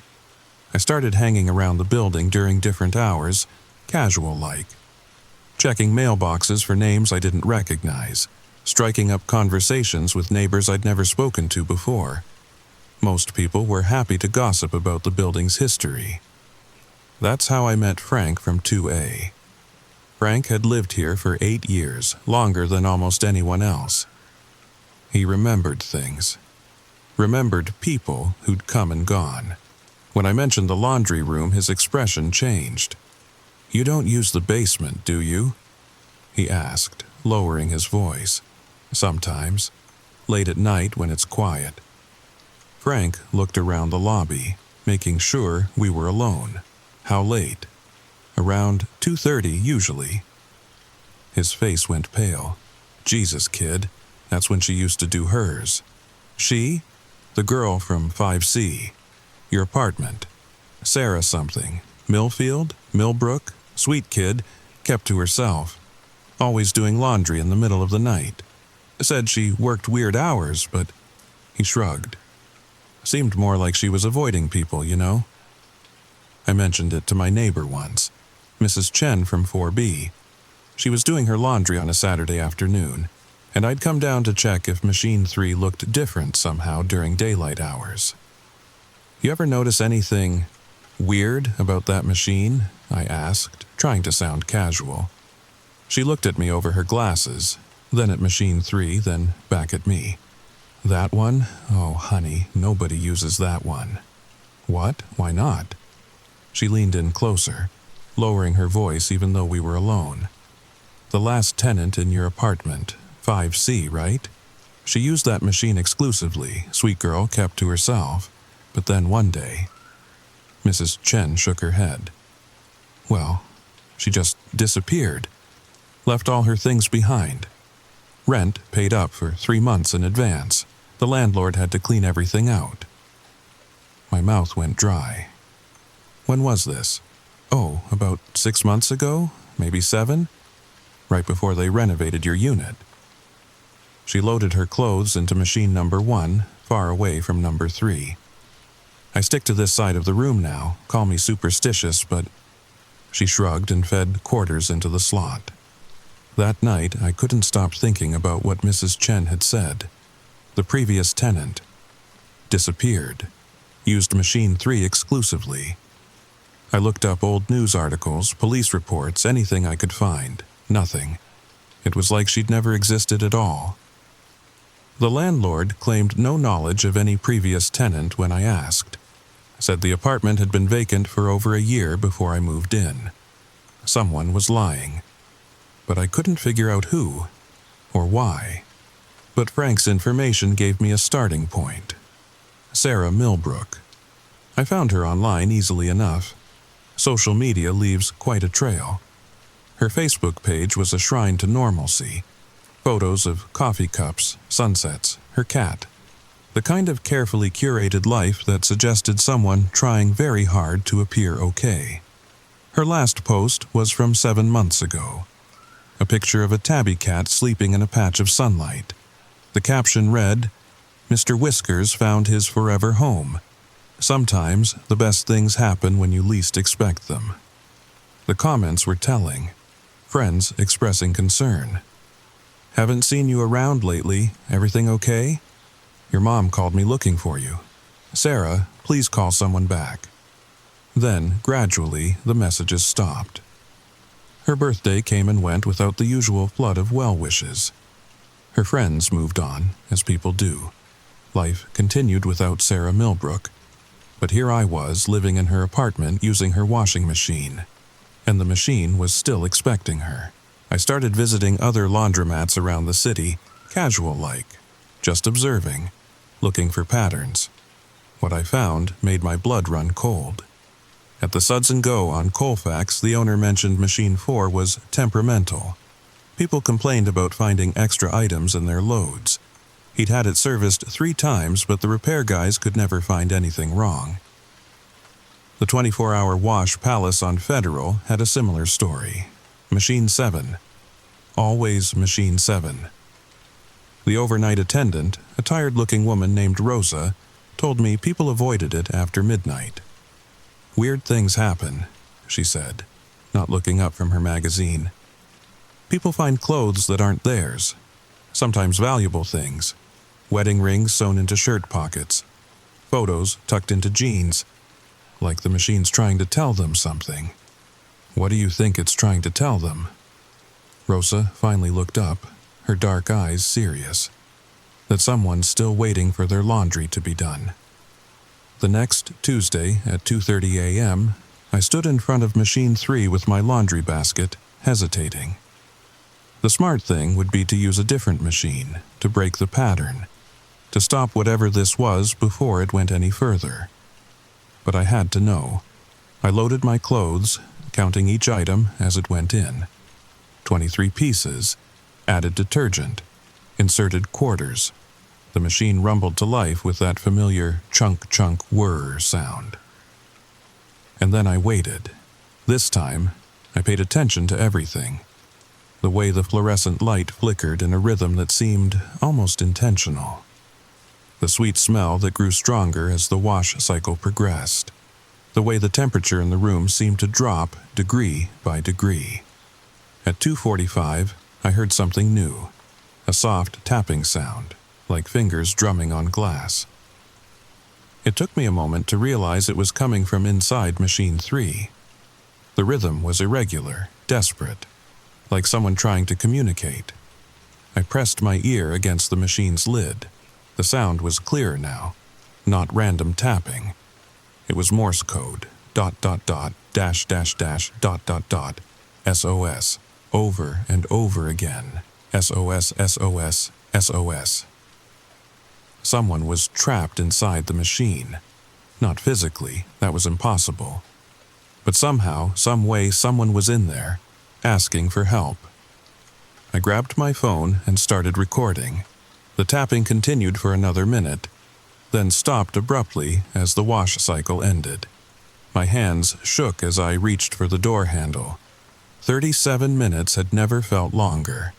I sat on that wooden bench, checking my phone every few minutes. 2:31, 2:35, 2:42. The laundry room felt smaller somehow, like the walls were slowly closing in.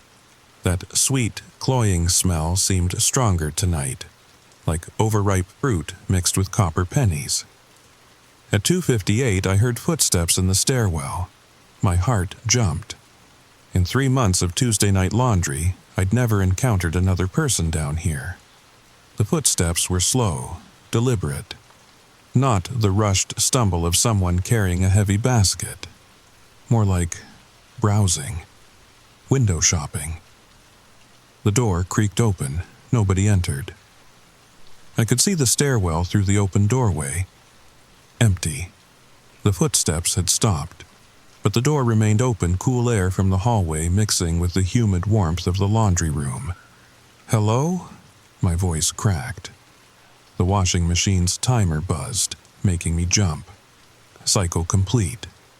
I stood up, legs shaky, and approached Machine 3. Through the circular glass door, I could see my clothes, but there was something else. Something pale, pressed against the glass from inside. My hand trembled as I reached for the door handle. The metal was ice cold, painful to touch. I yanked the door open. A white cotton nightgown fell out, landing at my feet with a wet slap. But that wasn't what made me stumble backward. Inside the machine, mixed in with my clothes, were dozens of items. Socks, underwear, shirts, dresses, pants, all different sizes, different styles. Children's clothes mixed with adult clothes. Modern items tangled with things that looked decades old. And everything was damp, clinging together like they'd been compressed in some tight, airless space. I reached in, pulling out item after item. My work shirts were there, twisted around strangers' belongings. A baby's onesie wrapped around my jeans. A man's tie knotted through the sleeves of a woman's cardigan. And then I found something that made my blood run cold. A wallet, brown leather, worn smooth with age. Inside, a driver's license. The photo showed a young woman with kind eyes and a shy smile. The name, Sarah Millbrook. The address, Apartment 5C, Riverside Gardens. The same apartment I lived in now. Behind the license were other cards. Library card. Coffee shop punch card with 2 holes left. A small photo of a tabby cat. Normal things. The kinds of things someone would miss. The kinds of things someone would come back for. Unless they couldn't. As I held Sarah's wallet, something else caught my eye. Tucked behind her insurance card was a folded piece of paper. A handwritten note, the ink slightly smeared from moisture. If you're reading this, then you found my hiding place. I know this sounds crazy, but I had to leave some kind of record. Machine 3 isn't normal. It's been taking things. My things. Other people's things. I've been documenting everything, but I'm running out of time. My hands shook as I continued reading. It started with socks, just like it probably started for you. Then bigger things, personal things, things that mattered. I found a child's toy in my load once, a stuffed elephant named Peanut. The name was embroidered on the tag. I looked it up online. Peanut belonged to a little girl named Emma Rodriguez. She died in a drowning accident 6 months ago. I had to stop reading for a moment. The implications were too horrifying. The machine collects them. The belongings of the dead. Like it's trying to keep their memory alive. But it's not just keeping memories. It's keeping them, the people. I can hear them sometimes, late at night, crying, calling out. They're trapped in there, and they're not alone. The note continued on the back. I tried to break the machine, tried to report it. Nobody believes me. The landlord says I'm having a breakdown, says I need help. But I know what I've seen, what I've heard. Tonight, I'm going to try something different. I'm going to give the machine what it wants. Maybe if I go willingly, it will let the others go. The note was dated 7 months ago, the night Sarah disappeared. If you're reading this, it means my plan didn't work. The machine kept me too. I'm so sorry. I tried to warn people.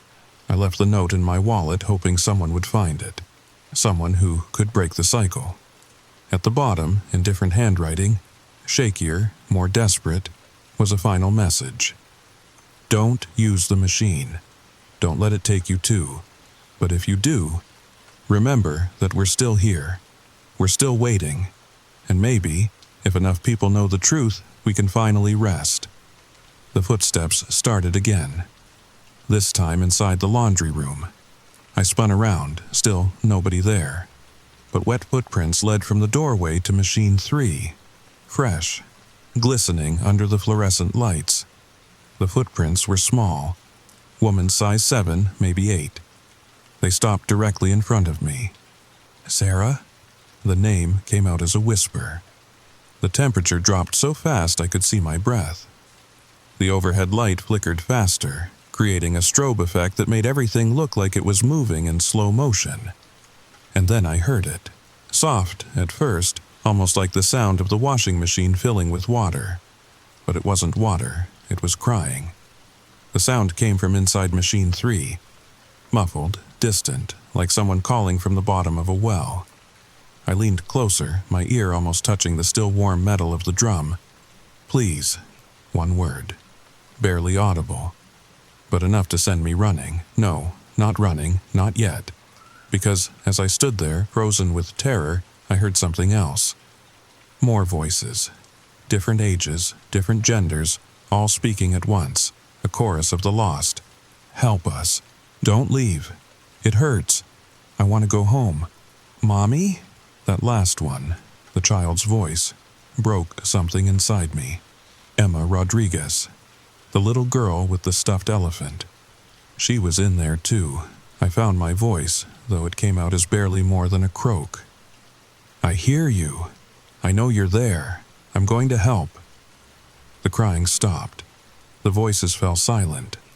For a moment, the only sound was the hum of the fluorescent lights. Then, from inside the machine, a single word: how. I didn't sleep that night, or the next. By Thursday, I was a wreck. Called in sick to work, something I never did. Spent hours researching Sarah Millbrook online. Found her Facebook page. Hadn't been updated in 7 months. Her last post was about adopting a cat. The same tabby from the wallet photo. Her friends had left messages at first. "Hey, haven't heard from you. Hope everything's okay. Sarah, your mom is worried. Please call. Has anyone seen Sarah? This isn't like her." Then nothing, like everyone had just given up. I found one news article, small, buried in the local section.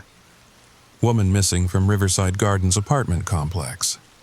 2 paragraphs. No follow-up, no resolution. The article mentioned she was last seen doing laundry, but now I had Sarah's note, and her question echoing in my mind: how? I spent the next few days researching everything I could find about washing machine hauntings, supernatural appliances, anything that might explain what was happening. Most of it was garbage, urban legends and creepypasta stories. But buried in the noise, I found some disturbing patterns. A forum post from 3 years ago. My apartment's washing machine keeps adding clothes to my loads. Management says it's impossible, but I have pictures. A news article from Oregon. Mysterious deaths linked to laundromat equipment malfunction. 3 people had drowned in their apartments, found in bathtubs that should have been empty. All 3 had been regular late-night customers at the same 24-hour laundromat. A Reddit thread titled, "Anyone else having problems with Apex brand washing machines?" Dozens of comments describing similar experiences. Extra clothes appearing, voices from inside the machines, cold spots, the feeling of being watched. Apex. I ran back down to the basement to check. Sure enough, Machine 3 bore the Apex logo, a stylized triangle with waves inside it. I found the company's website. Apex Industrial Appliances had been founded in 1987 and went out of business in 2003. Their machines were known for innovative water circulation systems and revolutionary cleaning technology. The website had been archived, but I could still access old product manuals and safety recalls. And there it was, a recall notice from 2001. Certain Apex Series 3000 washing machines may experience water-level sensor malfunctions, resulting in potential overflow conditions. Units manufactured between January 1998 and March 2001 should be immediately discontinued. The recall mentioned 17 confirmed cases of catastrophic water system failure. 17 people had died when their Apex machines malfunctioned, drowning in their own laundry rooms. But here's the kicker. The recall was voluntary. Many apartment complexes and laundromats never received the notice. Or if they did, they ignored it. Replacing commercial washing machines was expensive. Machine 3 had a manufacturing date of February 1999. Tuesday came around again. I'd planned to skip it to break my routine. But at 2:15 a.m., I found myself awake, staring at the ceiling. My laundry basket sat in the corner, still empty from last week's abandoned load. I had to go back, had to get my clothes at least.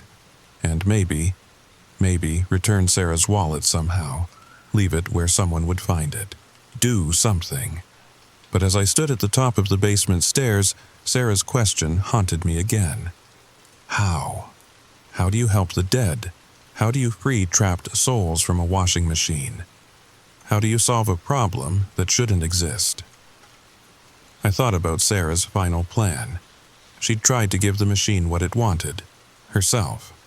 It hadn't worked. She'd joined the others instead of freeing them. Maybe the machine didn't want sacrifice. Maybe it wanted something else. At 2:30 a.m., I stood at the top of the basement stairs. The sweet, cloying smell was overwhelming now, like flowers at a funeral, like decay, masked with perfume. The laundry room was exactly as I'd left it, my clothes still in Machine 3. The wet footprints had dried, leaving only faint outlines on the concrete. My basket sat on the bench, waiting. I approached Machine 3 slowly. The door hung open, my clothes visible inside, but they looked different now. Older, faded, like they'd been there for months instead of days. I reached in, pulling out a shirt. It disintegrated in my hands, fabric turning to dust. Everything inside was the same, rotted, ruined, gone, except for one thing. A new item sat at the bottom of the drum. Fresh, clean, neatly folded. A maintenance uniform. Blue coveralls with Riverside Gardens embroidered on the pocket. Size medium.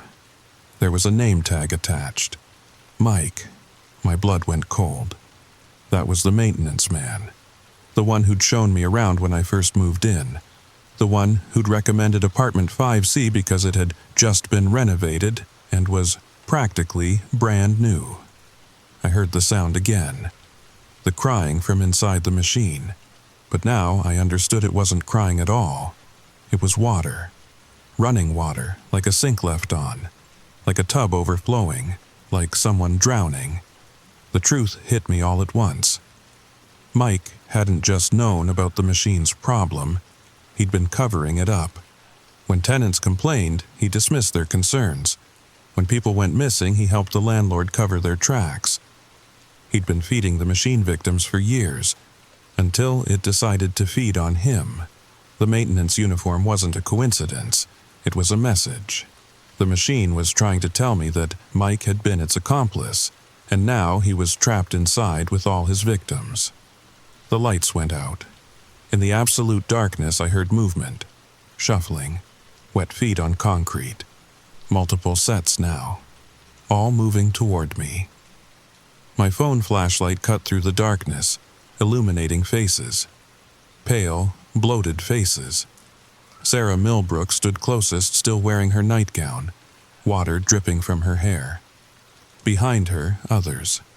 An elderly man in boxer briefs. A child in a cartoon t-shirt. A woman in a yellow sundress, all the clothes, all the items. They hadn't appeared from nowhere. They were breadcrumbs. Clues.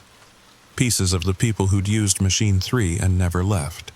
And there, at the back of the group, was Mike, still wearing his maintenance uniform, his face twisted with guilt and terror. Sarah's mouth opened, water pouring out instead of words. She pointed at the machine. I understood. Machine 3 wasn't adding extra clothes. It was collecting them. Keeping trophies. Building a catalog of everyone who'd discovered its secret. And now it wanted to add my clothes to its collection. The maintenance uniform made sense now. Mike must have known, must have tried to fix it or shut it down, or something. And the machine had taken him too.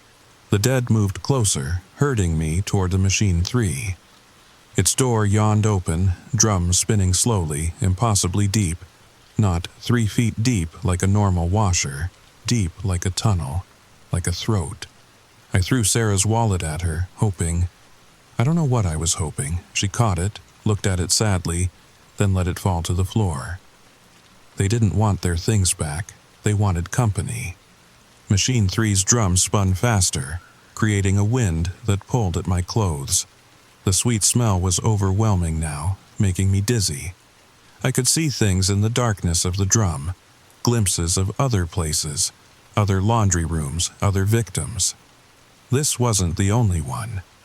There were dozens of them, hundreds maybe, in apartment complexes and laundromats across the country. Washing machines that had become something else, something hungry. I did the only thing I could think of. I ran, but not for the stairs. I ran for Machine 1, fumbling for quarters in my pocket. Shoved them in, turned the dial to hot water, extra long cycle. Then Machine 2, then 4 and 5. All of them except 3 churning to life, filling the room with noise and steam. The dead paused, confused. They'd never seen anyone do this before. The machines synchronized somehow, their rhythms matching, building to something like a heartbeat. The whole room shook. Pipes groaned in the walls. Machine 3 screamed. It was a metal sound, like brakes grinding, like steel tearing. The other machines were drowning it out, overwhelming it. The dead flickered like bad TV reception, their forms wavering. As the cacophony reached its peak, I heard Sarah's voice one last time, clearer than ever. "Thank you." I saw my chance and took it. Up the stairs, into my apartment. Grabbed my keys, my phone, my jacket. Nothing else mattered. As I ran for my car, I heard it. The building's fire alarm blaring, water cascading down the stairwell. All 5 machines had overflowed, flooding the basement, shorting out the electrical system. I drove away and never looked back. The news called it a maintenance failure. Old pipes, they said, faulty machines. The basement flooded so badly they had to gut the entire laundry room. I heard they found things in the walls when they renovated. Bones, they whispered. Clothes from different decades. Bodies that had been there so long they'd become part of the foundation. They found Sarah Millbrook. And others. So many others. The building was condemned 6 months later. Too much damage, too many questions. The residents were relocated, the structure demolished. They built a parking lot where Riverside Gardens used to stand. I live across town now. A place with in-unit laundry. I pay extra for it, but it's worth it. I still can't look at a washing machine without checking the drum first. Still count my clothes obsessively. Still wake up at 2:30 a.m. sometimes, expecting to hear that chunk whir sound. But here's the thing that keeps me up at night. Last week, I was folding laundry in my new apartment. Everything accounted for. Everything mine. Except there was an extra sock, navy blue, with tiny anchors on it. The same one from that night. And it was still damp. So, let me ask you something, and be honest. Have you checked your laundry lately? Really checked it, counted every item? Because once they find you, once they mark you, distance doesn't matter. Location doesn't matter. They're patient. They've got all the time in the world. And Machine 3, they never found it. When they drained the basement, when they tore out all the other machines, the space where number 3 should have been was just a hole. A perfectly round hole that went down deeper than the building's foundation. Deeper than anyone was willing to measure. It's still out there. In some other basement. Some other building. Waiting. So, next time you do your laundry, especially late at night when you're alone, count your clothes. Count them going in. Count them coming out. And if there's something extra, don't touch it. Don't acknowledge it. And whatever you do, don't use machine number 3. Sweet dreams. And don't forget to subscribe if you want to hear what happened when I went back. Because I did go back, had to. That sock was just the beginning. They're still sending me things. Little reminders. Little invitations. And I think they're getting impatient. Sleep tight.